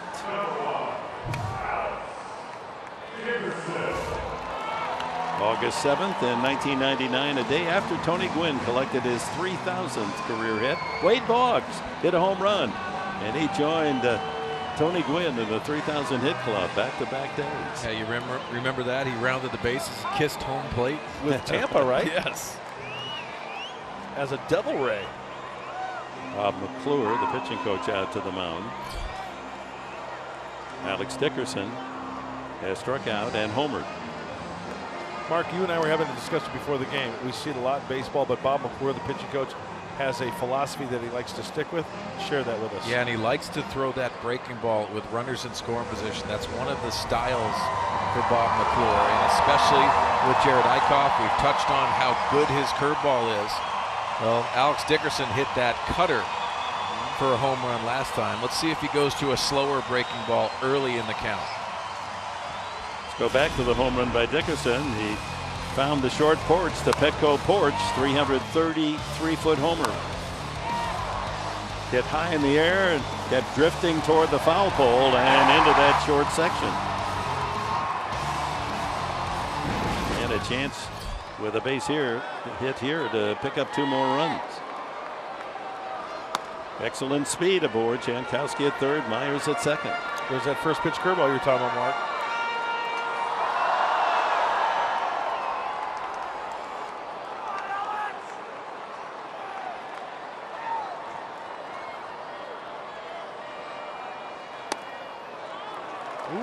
Squeezed again. Well, again, you see Ruiz, and he's taking that glove out of the strike zone. He's not getting that thumb underneath it and sticking it on that edge. I don't think he's giving home plate umpire Jordan Baker a good look.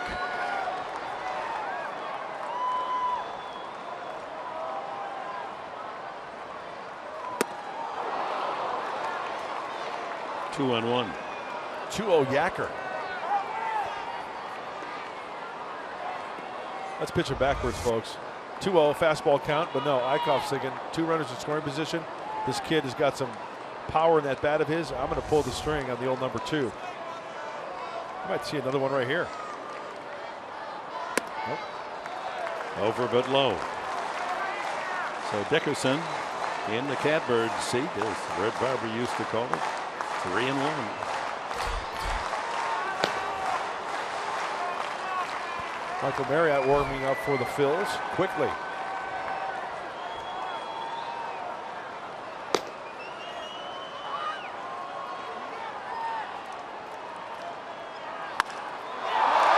Line to left field and deep to left field and caught on the run by Ashe, tagging both runners. Scoring is Jankowski to make it 5-3. Over to third goes Myers as Dickerson knocks in his second run of the day. Oh, he just missed a double there. Good play by Ashe and left. Well, this just shows you what Alex Dickerson is all about now and what confidence he has taking to the plate. Last time the home run to right field. Now he takes a 3-1 pitch, a 2-seamer down and away, in good base running by Travis Jankowski. You have to tag up in that situation, but on the back end, Will Myers advances to third base, which is a nice play by the Padre offense and good hitting by Alex Dickerson. Couple of RBIs, 21 runs batted in and 102 at bats. That's a good percentage of delivering in the clutch. Reason why I say it's good base running by Will Myers, that curveball comes into play. And now it has to be elevated. You don't want to bury that curveball in the dirt so much as a pitcher. Schimpf has grounded both times to Howard at first. Padres pull within 2. It's 5-3 in the 6th.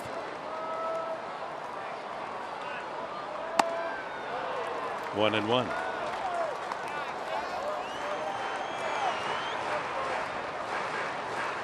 Well, Eichhoff missed big time in that last pitch. He wanted to go inside. That one leaked way up and away. And that could be a problem. One pitch over the heart of the zone could spell trouble for him. 2-1. Man, that command is wavering. Yeah. 90th pitch of the afternoon coming up from Jared Eichhoff. Christian Bethancourt would be next.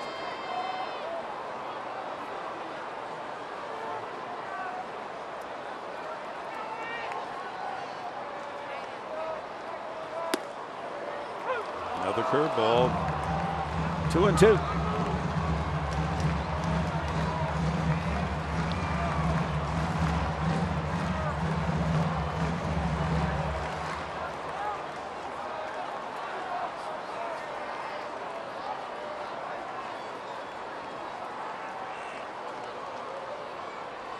That ball hit well to right field. Drifting is Altair, leaps, and it's gone. Touch 'em all. Schimpf has tied it up.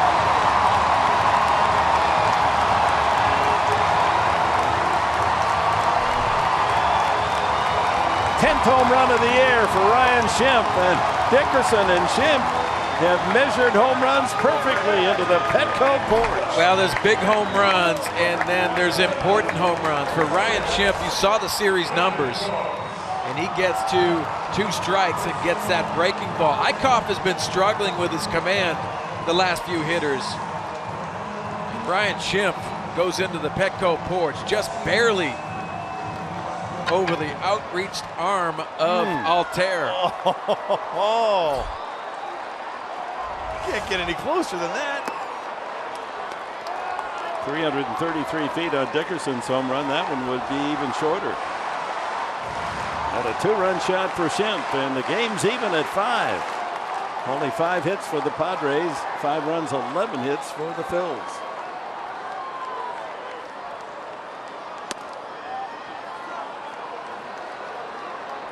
Another borderline pitch, and Baker has not been a pitcher's umpire. He's been tough.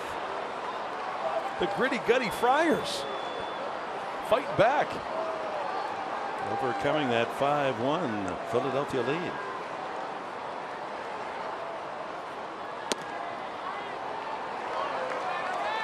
Three and 0. How about those gritty gutties? I love them. Playing the game hard. They play it with energy. They never give up. That's a good sign. All triggered by the leadoff man Jankowski's base hit. Ooh, swinging 3-0 right in the heart of the plate. Yeah, we're getting word now, Fox Sports Game Break, that Ichiro indeed has collected his 3,000th base hit, a triple in his 4th at bat today. 30th man to join the 3,000 hit club in the major leagues of baseball. That is truly a remarkable story. Unbelievable.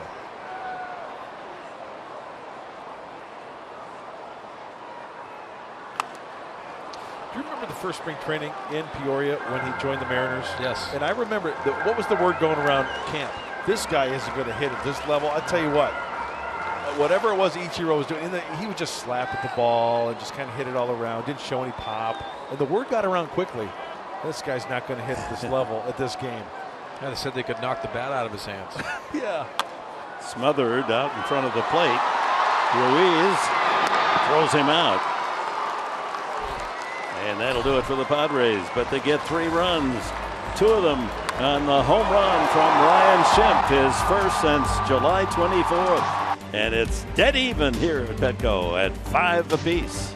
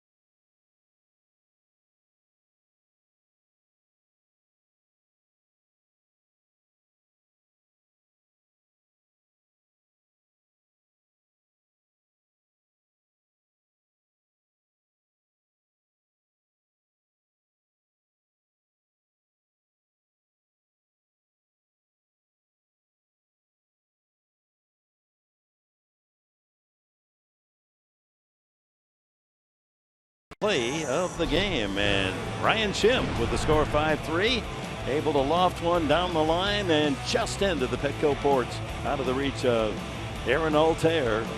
A 2-run shot, and the Padres have tied it up at 5, overcoming a 5-1 Philadelphia lead. It was a slow breaking ball, that curveball that just had a little bit of a big hump to it. Wasn't as sharp as the previous ones, and Ryan Schimpf all over it, and you can't get much closer than that. Just over the yellow bar out there at Petco porch. Brad Hand comes in to pitch here in the top of the 7th inning. His 56th game appearance. He's among the National League leaders in being called to work. And no pun intended, he does have a hot hand out of that bullpen. He's been tremendous for the Padres, along with Ryan Buchter, a couple of left-handers out there. And worked 2/3 of an inning last night. Struck out one of the 2 batters, retired both.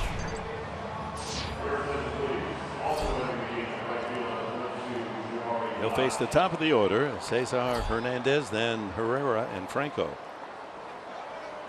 1 for 3 for Hernandez, singled his last time.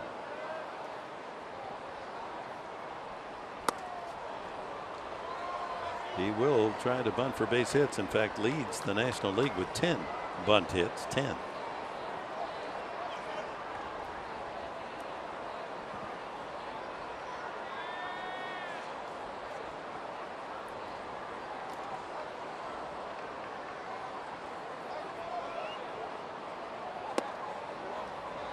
One and one. Well, you talk about using the whole field, and the big part of the diamond as you look defensively up the middle. My goodness, huge hole past Brad Hand. Rondon swung way over into the hole, and Schimpf the other way. Ground ball into that hole. So great positioning. Rondon's throw is high all the way to the barrier. Unfortunately, doesn't go into the stand. So Hernandez will have to stay there at first. Had it gone about a foot higher, then he'd be on second base. That's a shame, because Brad Hand makes a good pitch. Defensively, they're played perfectly. 1-2 steps, backhand, and airmail. Padres with 3 errors last night, 3 more today. I think that ball hit in the stands, didn't it? Well, if it did, he should be on second base. Yeah. The umpires are going to. Yeah, I think he should be on second base. And now they're going to call for a quorum. Did it go into the crowd? If it did, then he's awarded second base, 1 and 1. Oh yeah, hit the back of that seat, that blue seat, and then bounced back into play. And skidded right over the top of the barrier. And he should indeed be awarded second base. But I mean, hopefully they don't catch it, right?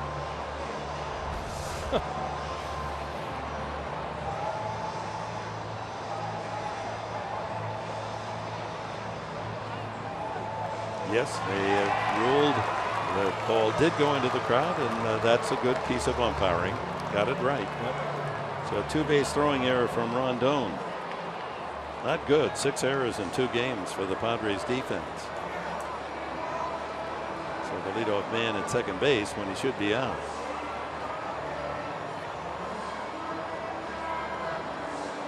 Myers is a good target over there. You got to really airmail it to get it over his leaping try.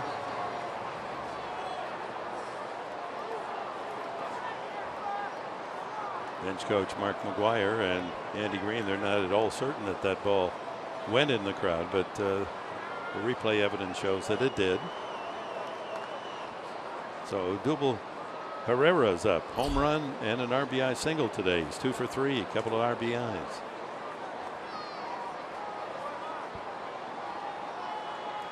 Good looking hitter, this 24-year-old from Venezuela. Good breaking ball, had him back and away. Whew. That ball started at his right hip pocket, ended up down and away. Very good pitch for strike 1. And as you mentioned, Dick, well, that's a knee buckler. That's his back end's going into the Padre dugout.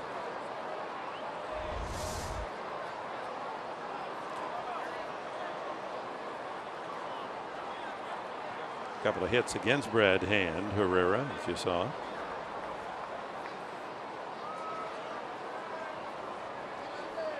Lucha Libre representing here today.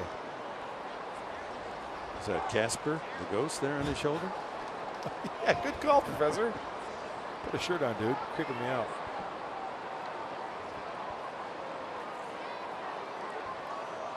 Tie-breaking run out at second, no one out.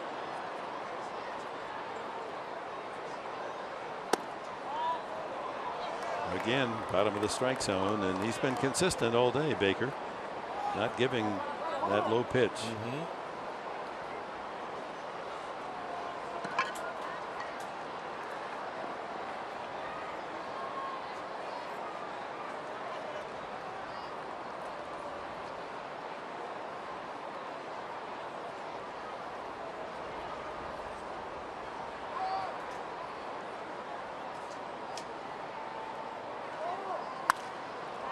Slap foul.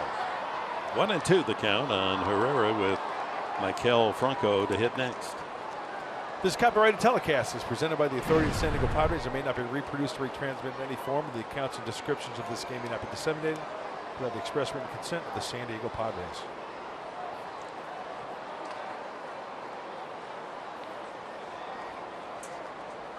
The runner at second due to the two-base throwing error by Rondon.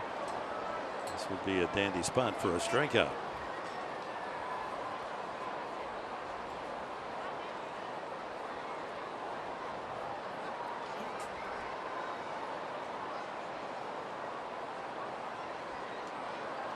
We're going to show you Ichiro's 3,000th hit. It's interesting that the date, August 6th, yesterday, was Tony Gwynn's 3,000th and 2,000th.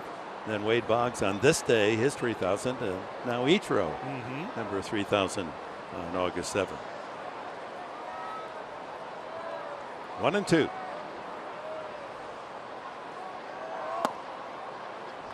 Again, could have been called a strike. He's been tough on the pitchers today, Baker. Yes, he has.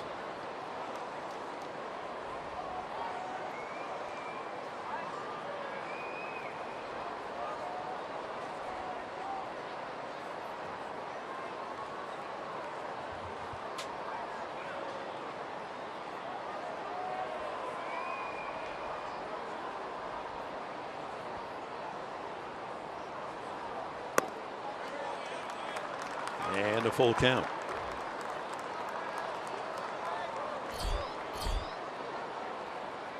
Bottom of the order is doing most of the damage. Ruiz 3 for 3, Galvis 2 for 3, and the pitcher Einkhoff an RBI double himself. 6 hits, 9 at bats for the lower third. Herrera with a couple of hits, a home run, and an RBI single.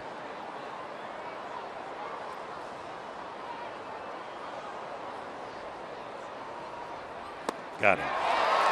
That's the strikeout that Hand needed with 2 outs. And let's go to our Fox game break. And here is Ichiro's 3,000th base hit. Nearly a home run in Colorado. Off the wall, a triple, only the second time that a man has collected his 3,000th hit on a triple. Paul Molitor also. He's climbed the mountain. 3,000. And you had all those hits in the Japanese League. What a remarkable career. Now 42, Ichiro. Franco 0 for 3. Got to keep your eye on Hernandez with 1 out. He's got 11 steals. Yeah, I think that's why Brad Hand is really taking extra time and just eyeing him at second base. Nothing wrong with double looking, triple looking. Rondon has swung so far over into the hole. He's not a factor in holding him on. It's up to Schimpf to keep him close. He ducks in there. Outside. 1-1.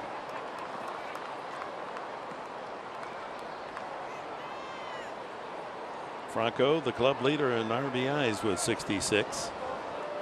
Just 2 less than the Padre leader, Myers, with 68.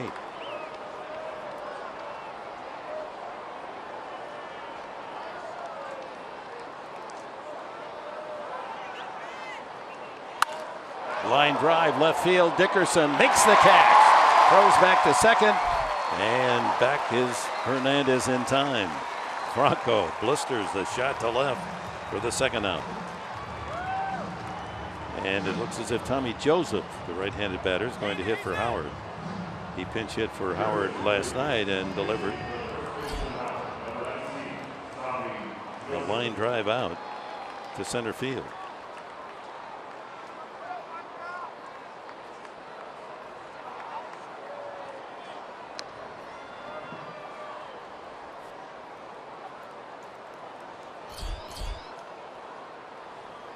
The birthday man, 26-year-old today.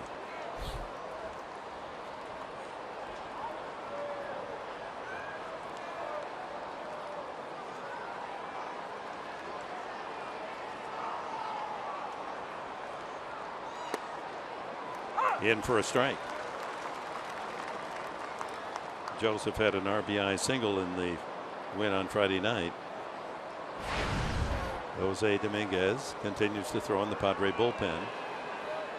Jabari Blash has gone into the outfield and right field here on a double switch here to start this inning.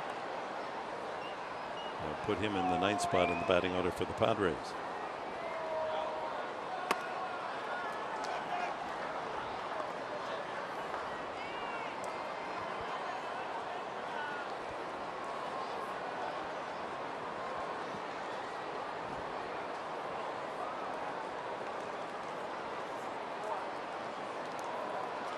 Joseph, called up from the minor leagues after the start of the season, has hit 14 homers. And he lines one into left field for a base hit. And Hernandez around third. Here's a throw by Dickerson, not in time. And Joseph has delivered the pinch hit single. And the Phillies, with the unearned run, take the lead 6-5. So the throwing error by Rondon comes back to bite the Padres. Now that hurts. Well, Alex Dickerson's played a really good left field. Just yanks this ball a little bit up line, really tough. Even if that throw was on line, it would have been very, very close. Probably going to score on this one, but does everything right. Just kind of holds on to it a little bit too long, and Phillies break the tie. So each side with an unearned run. Inning continues to Aaron Altair. A single in 3 trips. A dozen hits now for Philadelphia. Make that 13. Holding at second base is Joseph. And Cody Ashe will come up with 2 men on and 2 outs.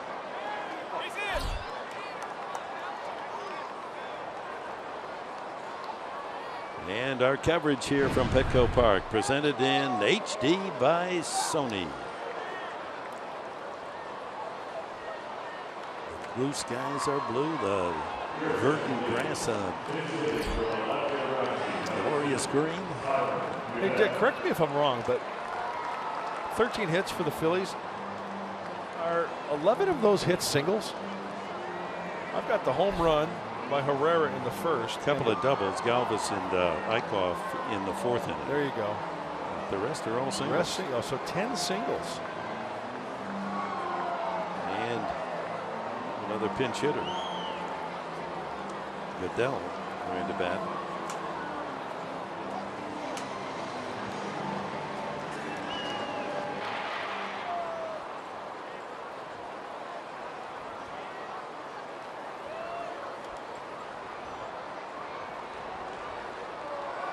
Tyler Godell.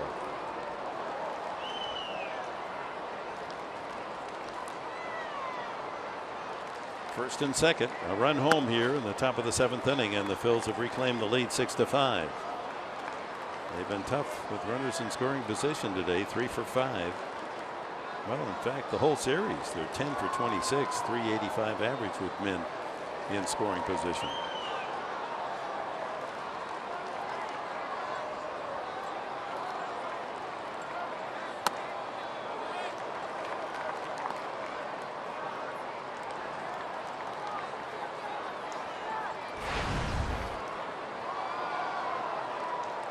Goodell hitting only .202.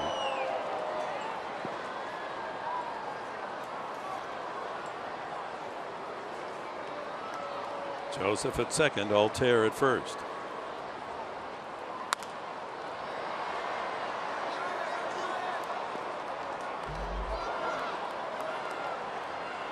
Well, that extra out helping the Phils to break the tie here in the 7th.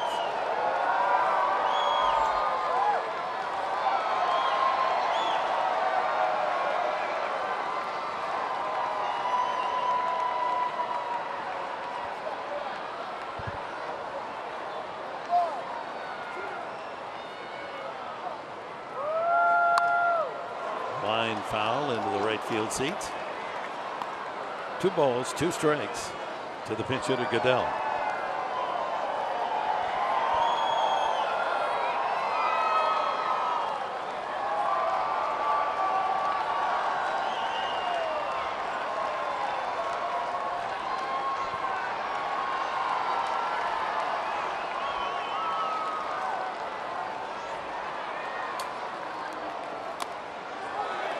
Foul tip, strike 3. Tried to check his swing. Couple of strikeouts for Brad Hand, but the unearned run, and the Phils lead at 6-5. Middle of the 7th inning, stretch half of the 7th before take me out to the bowl game. God bless America. It's time for the 7th inning stretch. Before we sing Take Me Out to the Ball Game here on Military Sunday, please stand and welcome Ensign Julia Bush from the USS Comstock. Please sing along as she presents God Bless America. God bless America, land that I love. Stand beside her and guide her through the night with the light from above. From the mountains to the prairies to the ocean wide with foam. God bless America, my home sweet home. God bless America, my home sweet home.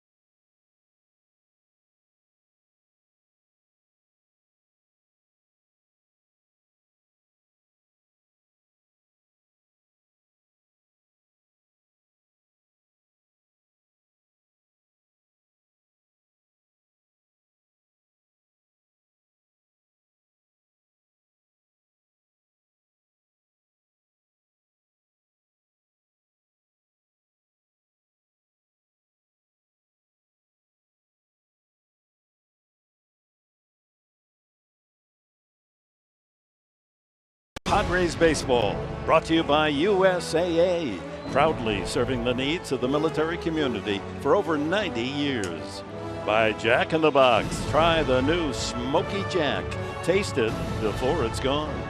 And by Mercury Insurance, we're on a mission to save you money. Log on to mercuryinsurance.com today.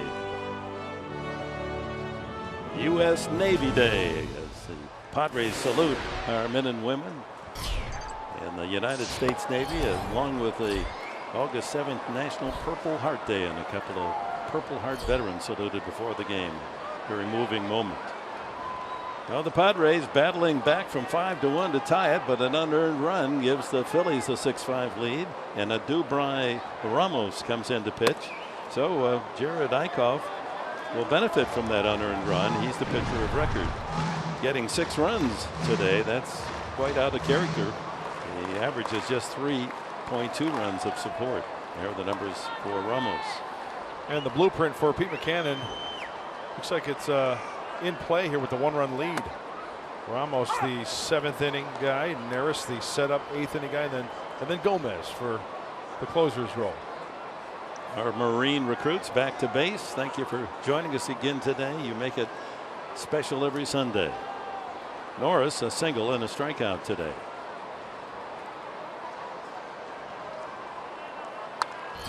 Two and two. Tried to go to right field. Hey, Dick, you know what?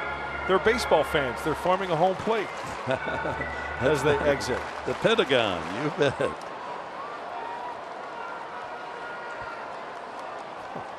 We wish them well.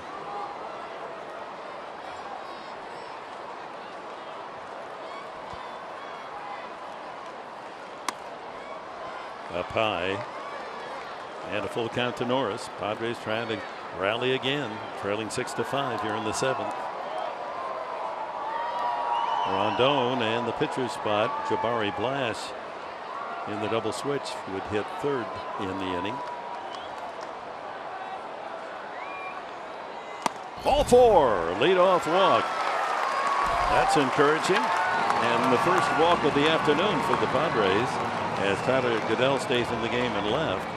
And Joseph replaces Howard at first.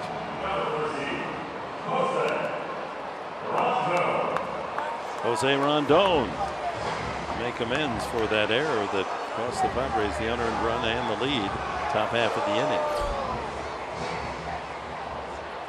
inning. He's grounded out and flied up.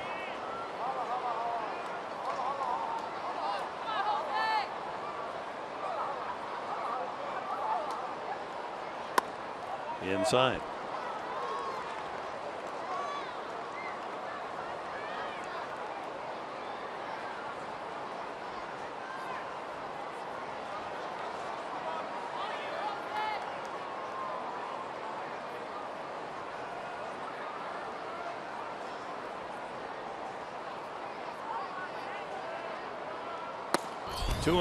Well, I think the Padre hitters should take a page out of the Phillies book in that inning where everybody hit to the opposite field.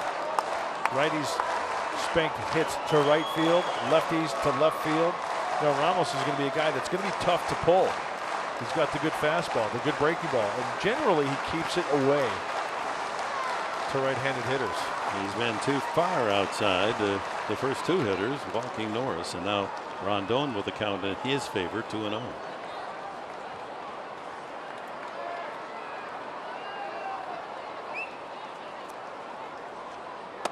And inside, 3-0.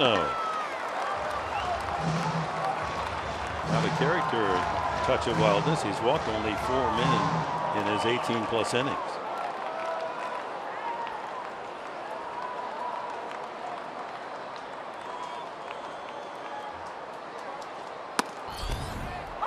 High strike, 3-1.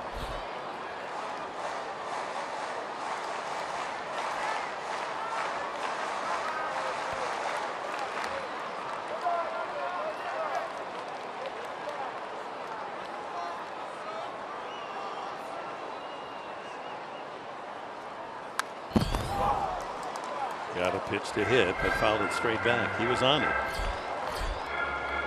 Padres with only 5 hits, but 2 of them home runs. 2-run shot by Schimpf and Dickerson solo blast.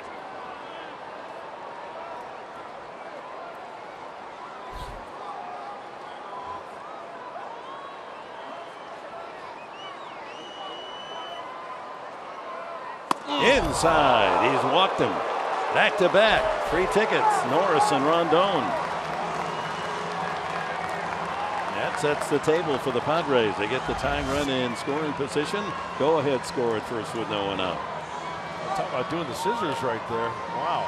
I'm just glad that Rondon, first of all, gets up quickly because, you know, a lot of guys will hurt themselves going to the ground like that, maybe twisting a wrist or an elbow. But hey, we got action. Speaking of action, follow Padres live, baseball live with the MLB.com at-bat app. Stay up to the moment at any moment with game day, live game, video highlights, StatCast news, and more. Download MLB.com at-bat, the #1 app for live baseball on your phone and tablet. So Jabari Blash up with 2 men on, no one out. A couple of walks to open the 7th inning. In the top of the order, Jankowski. Blash not in the starting lineup today. He has 8 hits and 44 at bats. That comes out at that 182 mark. 1 home run on the homestand. That was to right field. Breaking ball for a strike.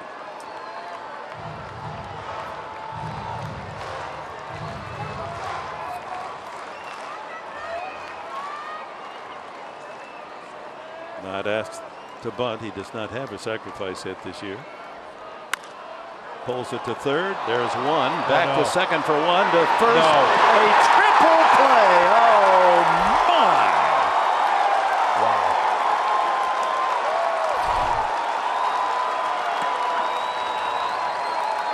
Three outs on 1 pitch as Jabari Blash and around the horn triple play. Oh, my.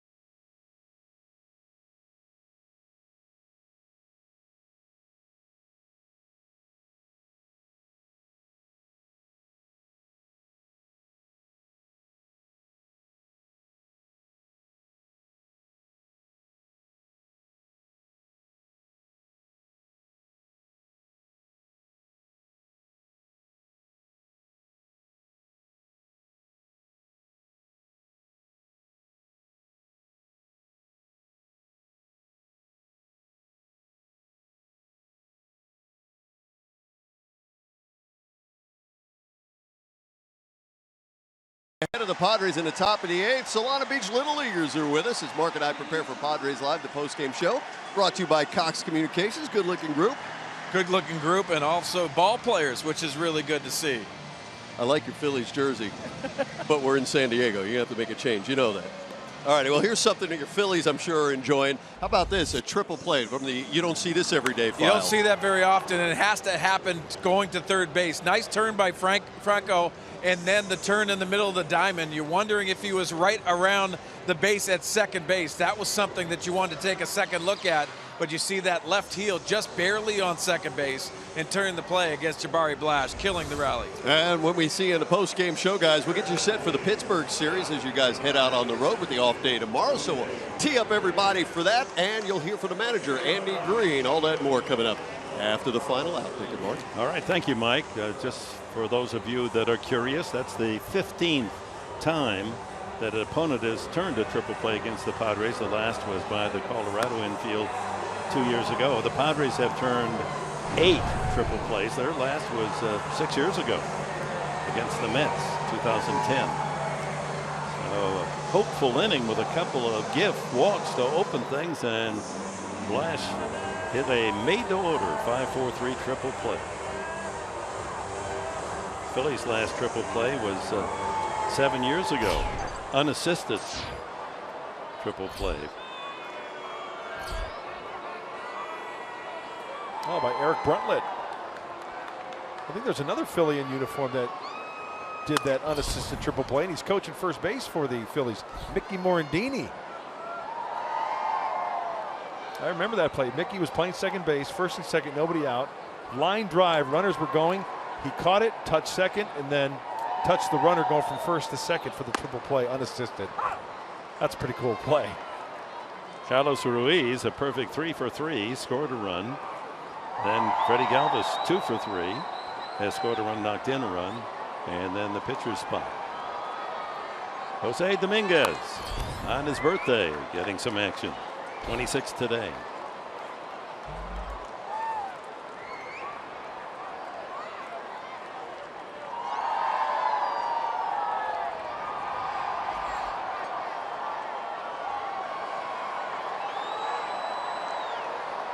You know, as a hitter, doesn't feel good to hit into a triple play. I think back to the Angels. Remember the catcher Jose Askew? I remember the yeah. Askew hit into a triple play, and the next time up he hit into a double play. 2 at bats, 5 outs.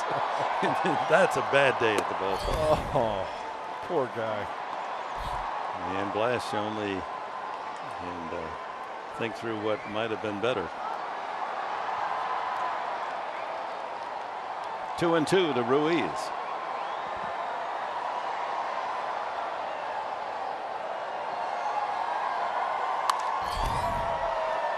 Right field, Blash toward the line. For the first out here in the top of the 8th. Let's check our Cholula flamethrower. Well, with Jose Dominguez on the hill, he's got a live arm. I'm guessing upper 95. Oh, 97. That's hot sauce. Take your breath away. It takes your breath away, but you got to hit your spots. And hopefully Dominguez can do just that here. Hold the Phils at 6. Freddie Galvis singled, ground ball single to right the first time, double to left center, knocked in a run, scored a run in the 4-run 4th inning for the Phils when they built a 5-1 lead.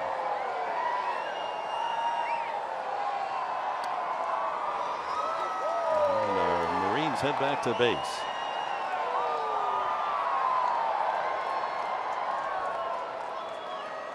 Jimmy Paredes is on deck. Apparently will pinch hit for Ramos.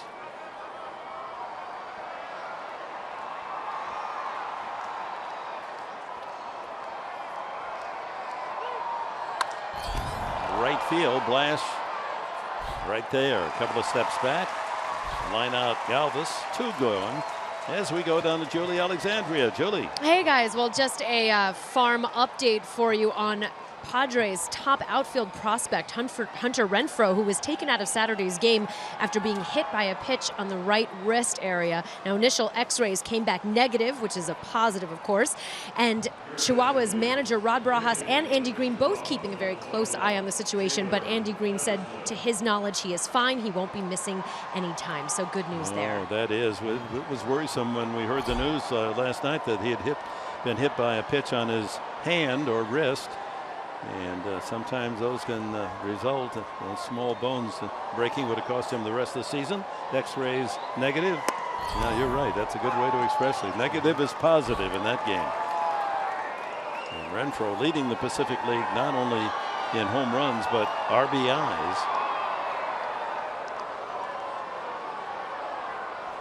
27 homers and 92 runs batted in for him. This is Featherston, Taylor Featherston, pinch hitting for Ramos.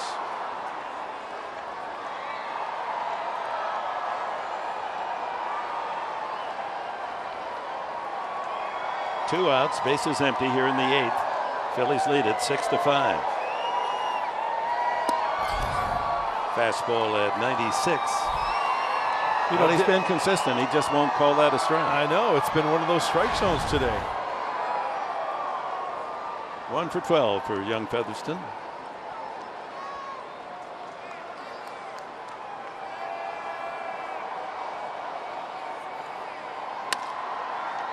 Rondon throws a strike this time, and the inning comes to an end.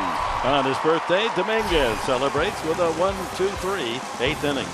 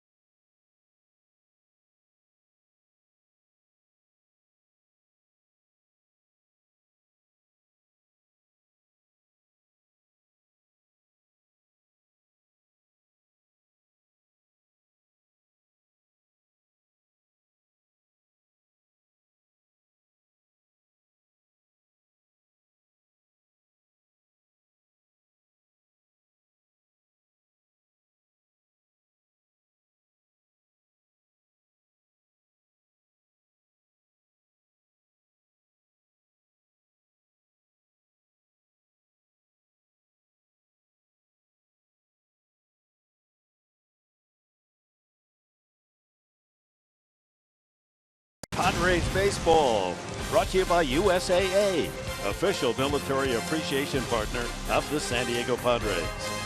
By Petco, your complete pet store. And by your San Diego County Lexus dealers.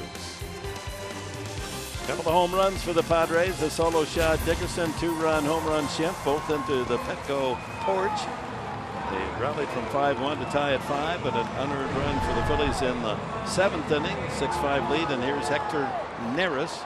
He's their 8th inning specialist, 27-year-old from the Dominican Republic.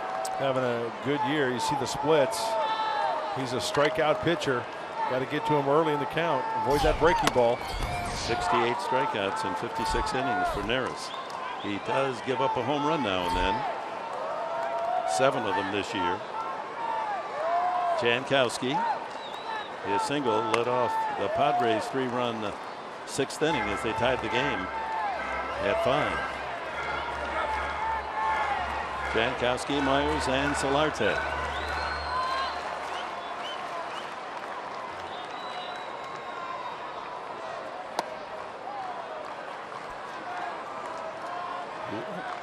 One and 2.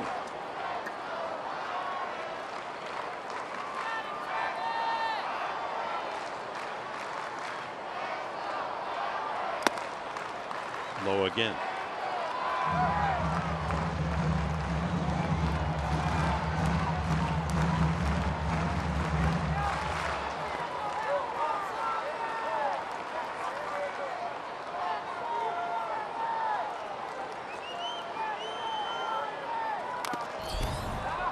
Fouled that one right out of the glove of catcher Ruiz.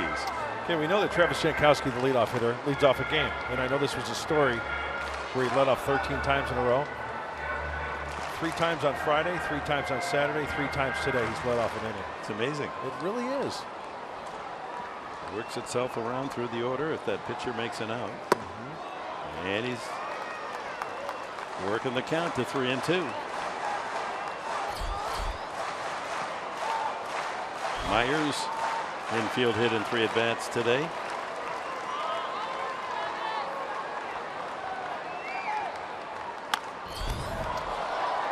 Talked to Darren Balsley before the game regarding the closer situation.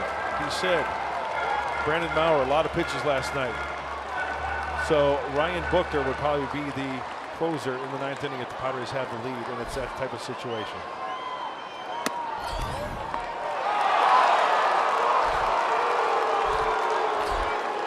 There's out number 1.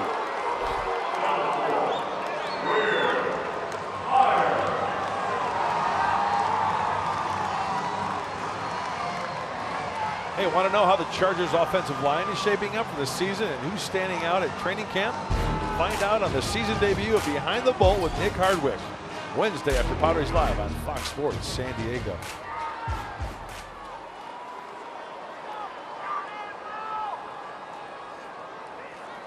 So Jankowski caught looking on the 3-2 pitch, and here's Myers, strike 1.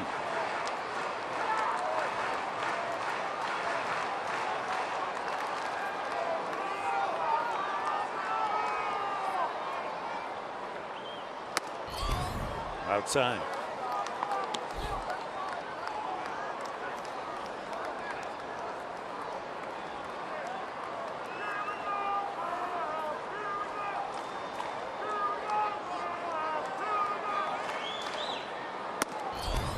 In there. That's free and easy gas at 96.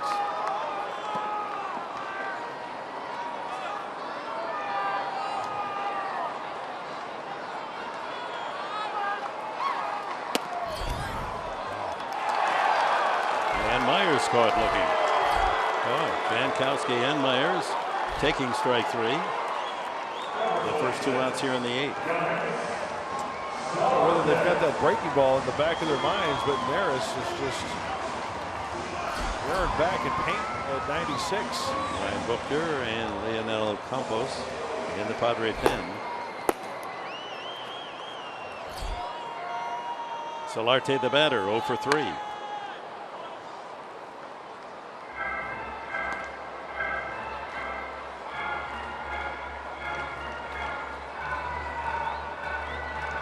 For 4 last night, Solarte. Knocked in a couple of runs, actually 3 runs. Sitting on 11 home runs for the year.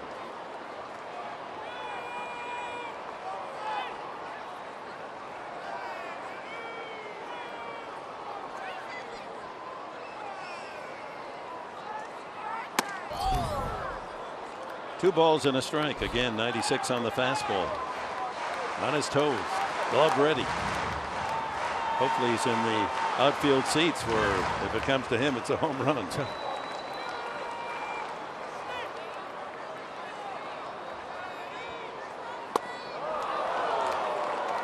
Wow. It's a really good split finger fastball off the 96-mile-an-hour heater. That one recorded at 89. Strikes out the side. Neris. We go to the 9th inning at Petco. The Phillies leading 6-5.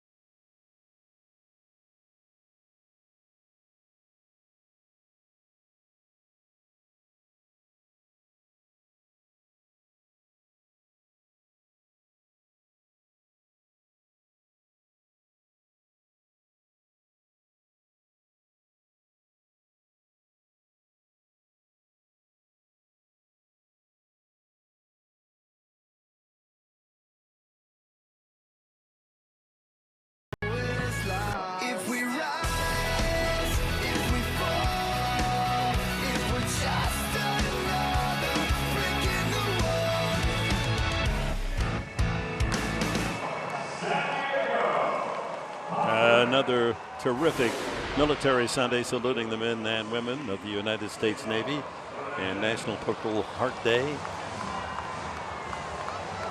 Old Glory seems to wave more proudly on these Sundays. 6-5 Philadelphia. Dominguez is going to work a second inning. Retired the side in order in the 8th. He'll face the top of the order, Hernandez, Herrera, and Franco. Padres down by 1.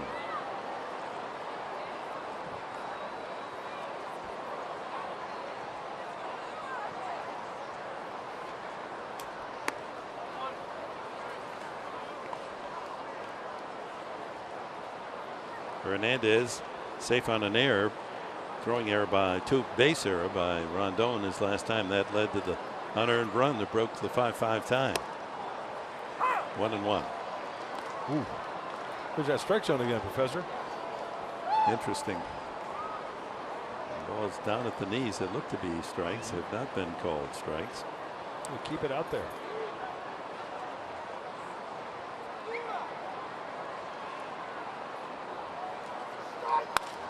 Reaches out and pecks that one foul.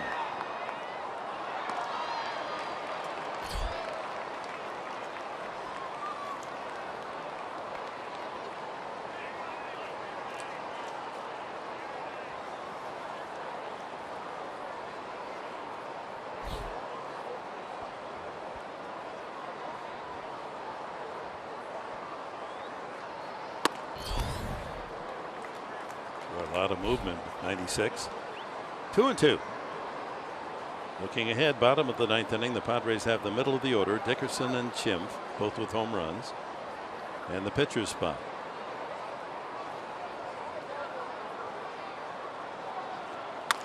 You got to figure Brett Wallace will hit there.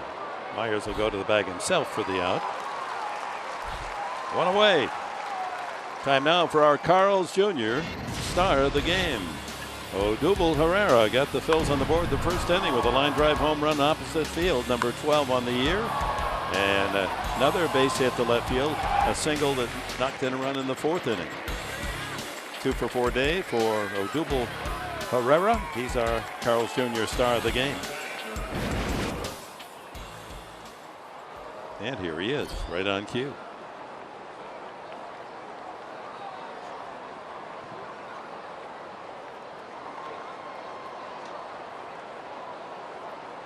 Unusual wide open stance, then he closes in with that leg kick and another base hit the opposite way. All 3 of his hits to left field. 2 singles and a home run. Nobody sees sports quite like the way Colin Cowherd and Jason Whitlock do. The brains to know and the guts to say. Catch Colin and Jason. FS1's new daily sports talk show. Speak for yourself. Weekdays at 3 p.m. Pacific.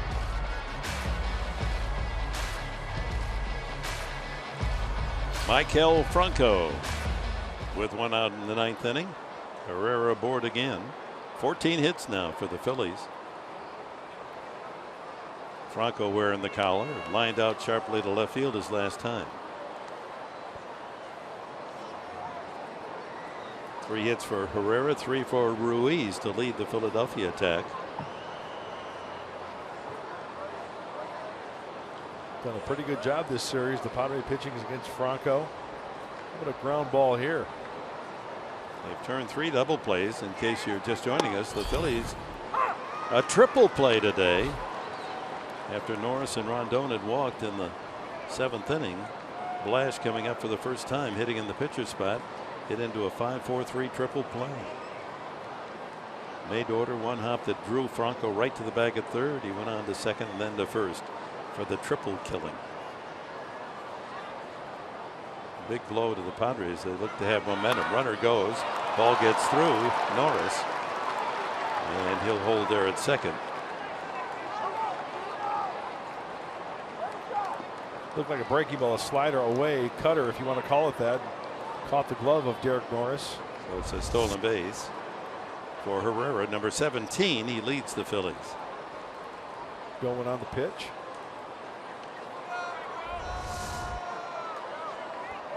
So that gives Franco and Tommy Joseph Tofano a shot at adding an insurance run here in the 9th inning.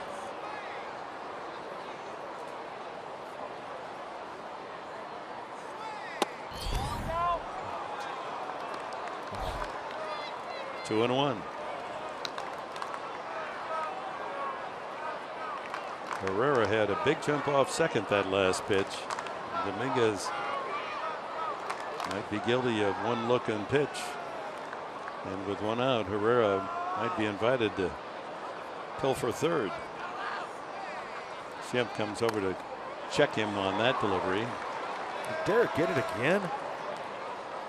Man. That knocked his glove off.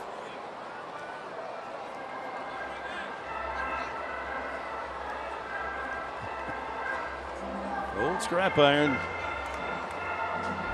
Hardly puts a dent in him. Is this on the backswing? I mean, Franco likes to swing it. Watch the backswing. Oh. Oh, make him forget about his right hand. My goodness, that poor guy behind there. That is a wide sweeping follow through for Franco.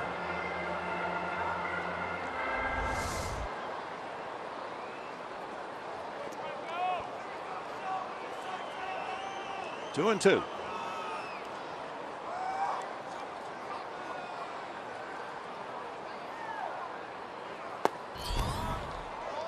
And a full count. 97 on the miss. There's the closer, Jean-Mar Gomez.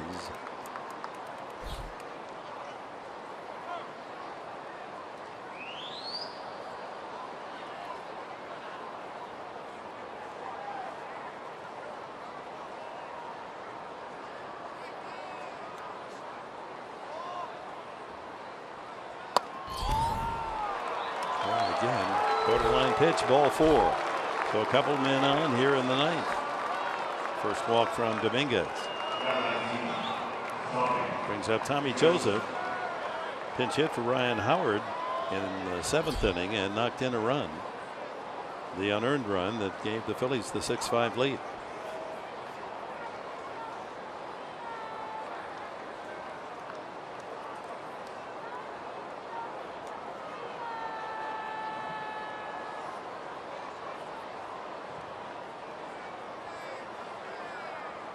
Just been amazing since the last 2 games of the Toronto series. A loss and a win. Padres come home. Loss, win, loss, win, loss, win, loss, win. As they ping pong. No losing streaks, no winning streaks. And they won yesterday. And in danger of losing today. They've got 3 more outs.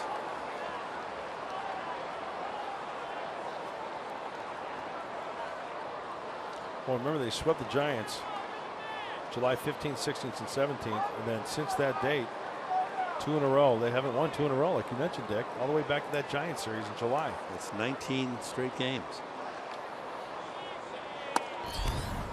Inside, 2-1. Gomez is ready. Here's the lineup in the bottom of the 9th. Dickerson and Schimpf. Their hits, both home runs. Bethancourt is out of the game. That's a pitcher spot now.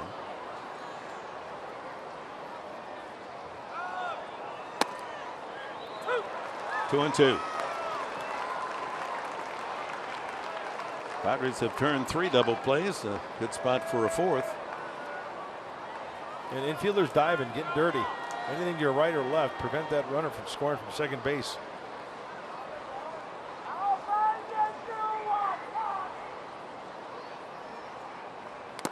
That got him. And the left arm or wrist. And the bases are loaded.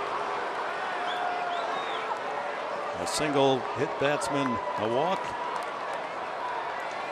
And the Phillies have the runners at first, second, and third with only 1 out. And wrist.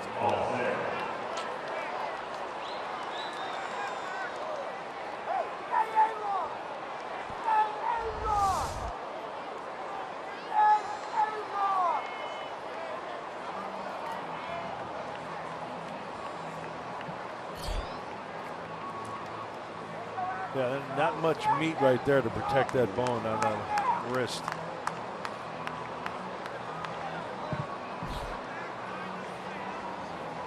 The hitter is Aaron Altair. A couple of hits today and 4 at bats.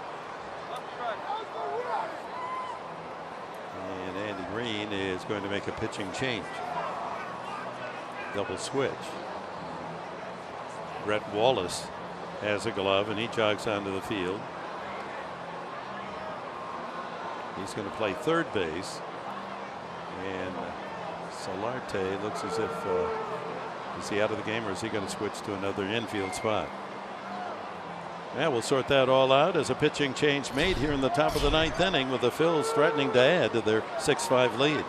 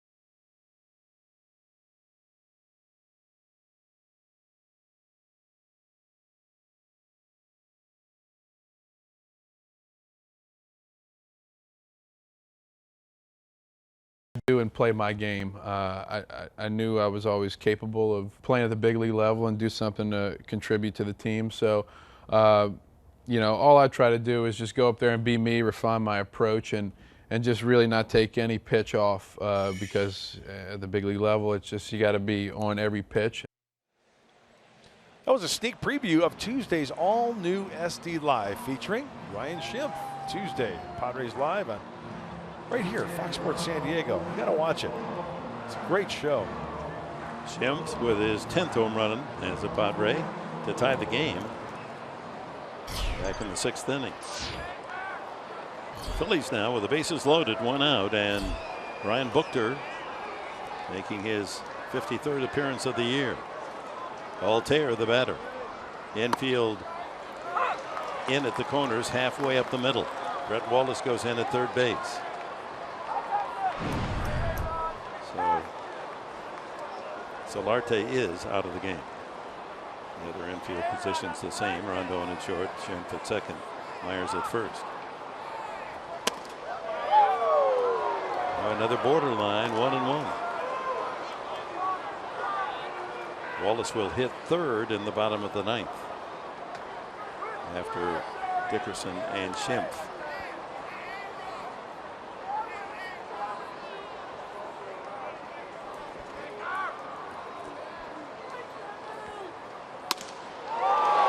'91 and a big swing by Altair. Well, that sounded like 101, didn't it? Nice snap into the glove of Derek Norris. Buchter in 49 innings has struck out 64 batters. Ahead on the count, 1-2 to Altair.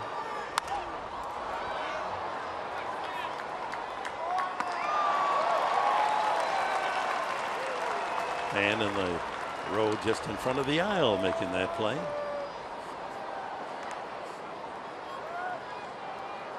See, the ball finds you when you have a San Diego gear on, a cap or a shirt. Just, it knows. Yep. Sun's out, guns out.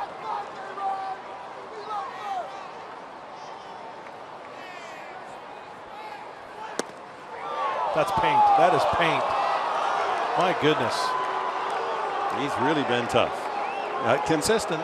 That's all players say they want to. As long as he's calling it both ways. So 2-2. And that was the pitch that, if you're a Buchter, that's exactly where you wanted to throw it.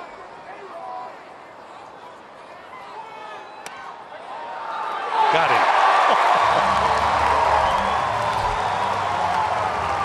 Strike, not a strike. Bottom line is that Ryan Buchter gets a big out with the bases loaded. 2/3 of the way there.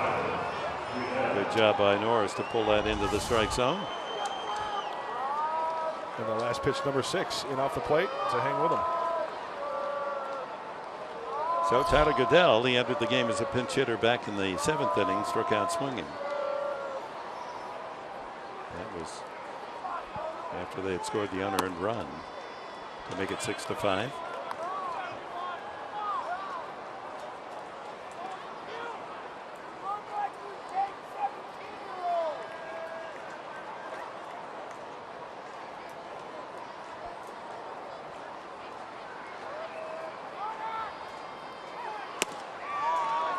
On the corner, but no strike call.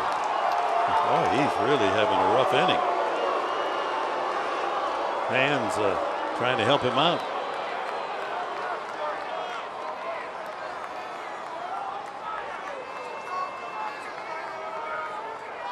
So the pressure now on Buchter with the bases loaded, 2-0 the count.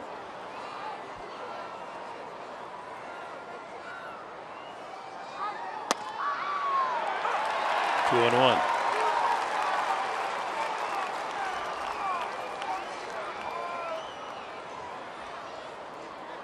Herrera at third, Franco at second, Joseph occupying first base.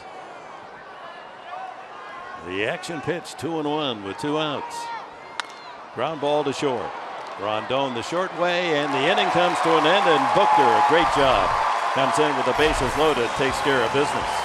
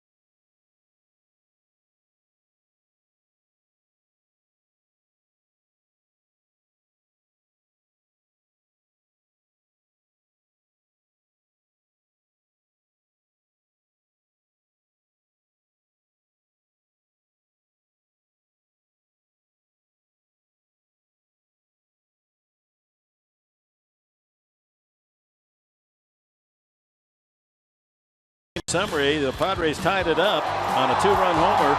Petco Port's Ryan Schimpf, 10th of the year, made it 5-all. But in the top of the inning, an unearned run as Tommy Joseph singles. Cesar Hernandez safe on a 2-base throwing error by Rondon scores. That's where we stand 6-5. The game featured a triple play. Blash hitting it to third, a 5-4-3 triple play. Come to the ballpark, you never know. You might see one of those a year if you're lucky.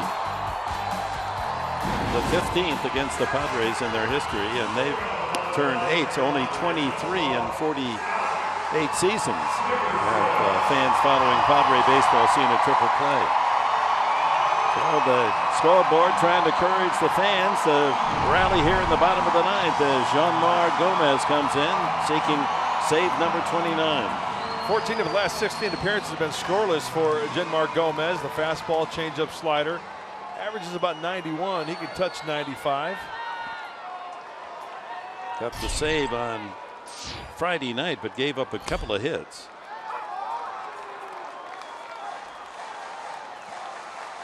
Dickerson struck out. Solo home run, his 7th of the year, and a sac fly.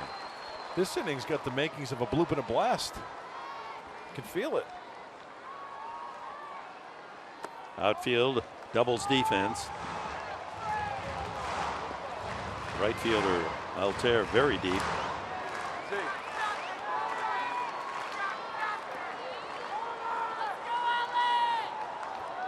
One ball, one strike to Dickerson.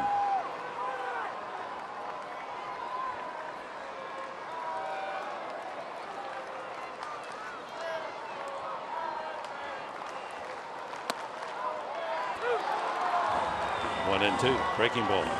Threw a lot of off-speed and breaking pitches on Friday night. Change-ups. He stayed away from the fastball.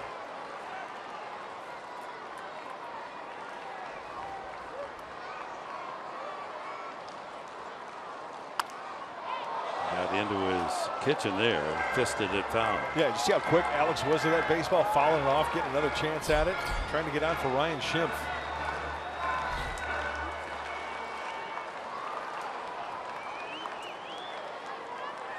Three left-handed hitters here in the 9th inning. Dickerson, Schimpf, and then Brett Wallace.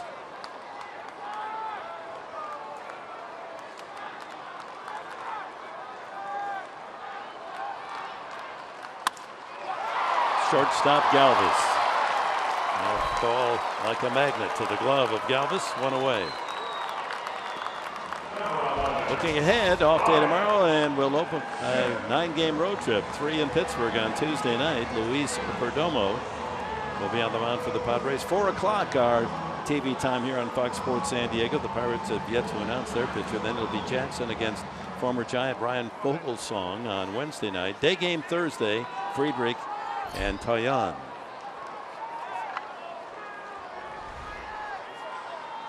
Schimpf, the batter. High fly ball, center field, misjudged originally by Herrera. Now he goes back and makes the play. Well, he just missed that one. 2 out. So it's up to Brett Wallace. Wallace hitting in the 6th spot in the order. Christian Bethencourt started in right field, struck out twice and tapped out to the catcher.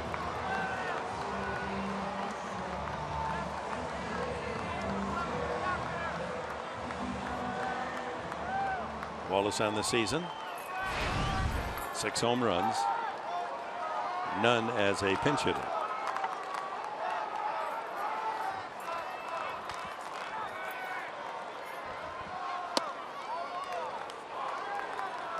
Consistent, there it is. That pitch down at the knees called a ball.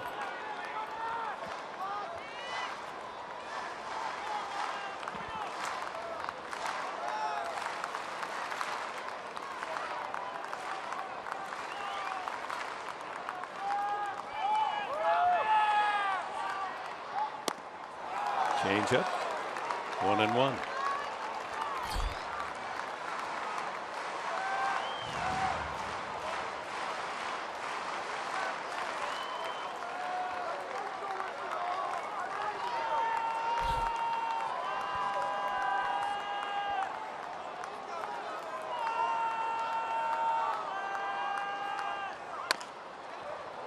And the Padres down to their last strike. 1-2 on Wallace. Change up heavy this at bat to Wallace. He's not going to give him a fastball. He knows that Brett Wallace can turn on the fastball.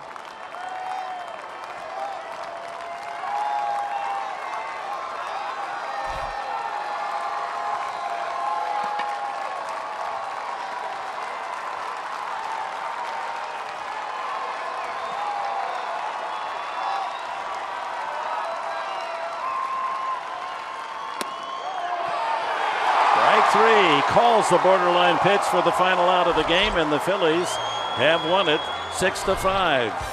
Troubles continue. Sunday day, final game of the series, 1-run loss. Oh my, Michael. Yeah, it's been a tough run, especially as you mentioned here on to Sundays, guys. When Mark and I see on Padres Live, the post-game show will get you set for the Pirates, and you'll hear from Andy Green in a moment.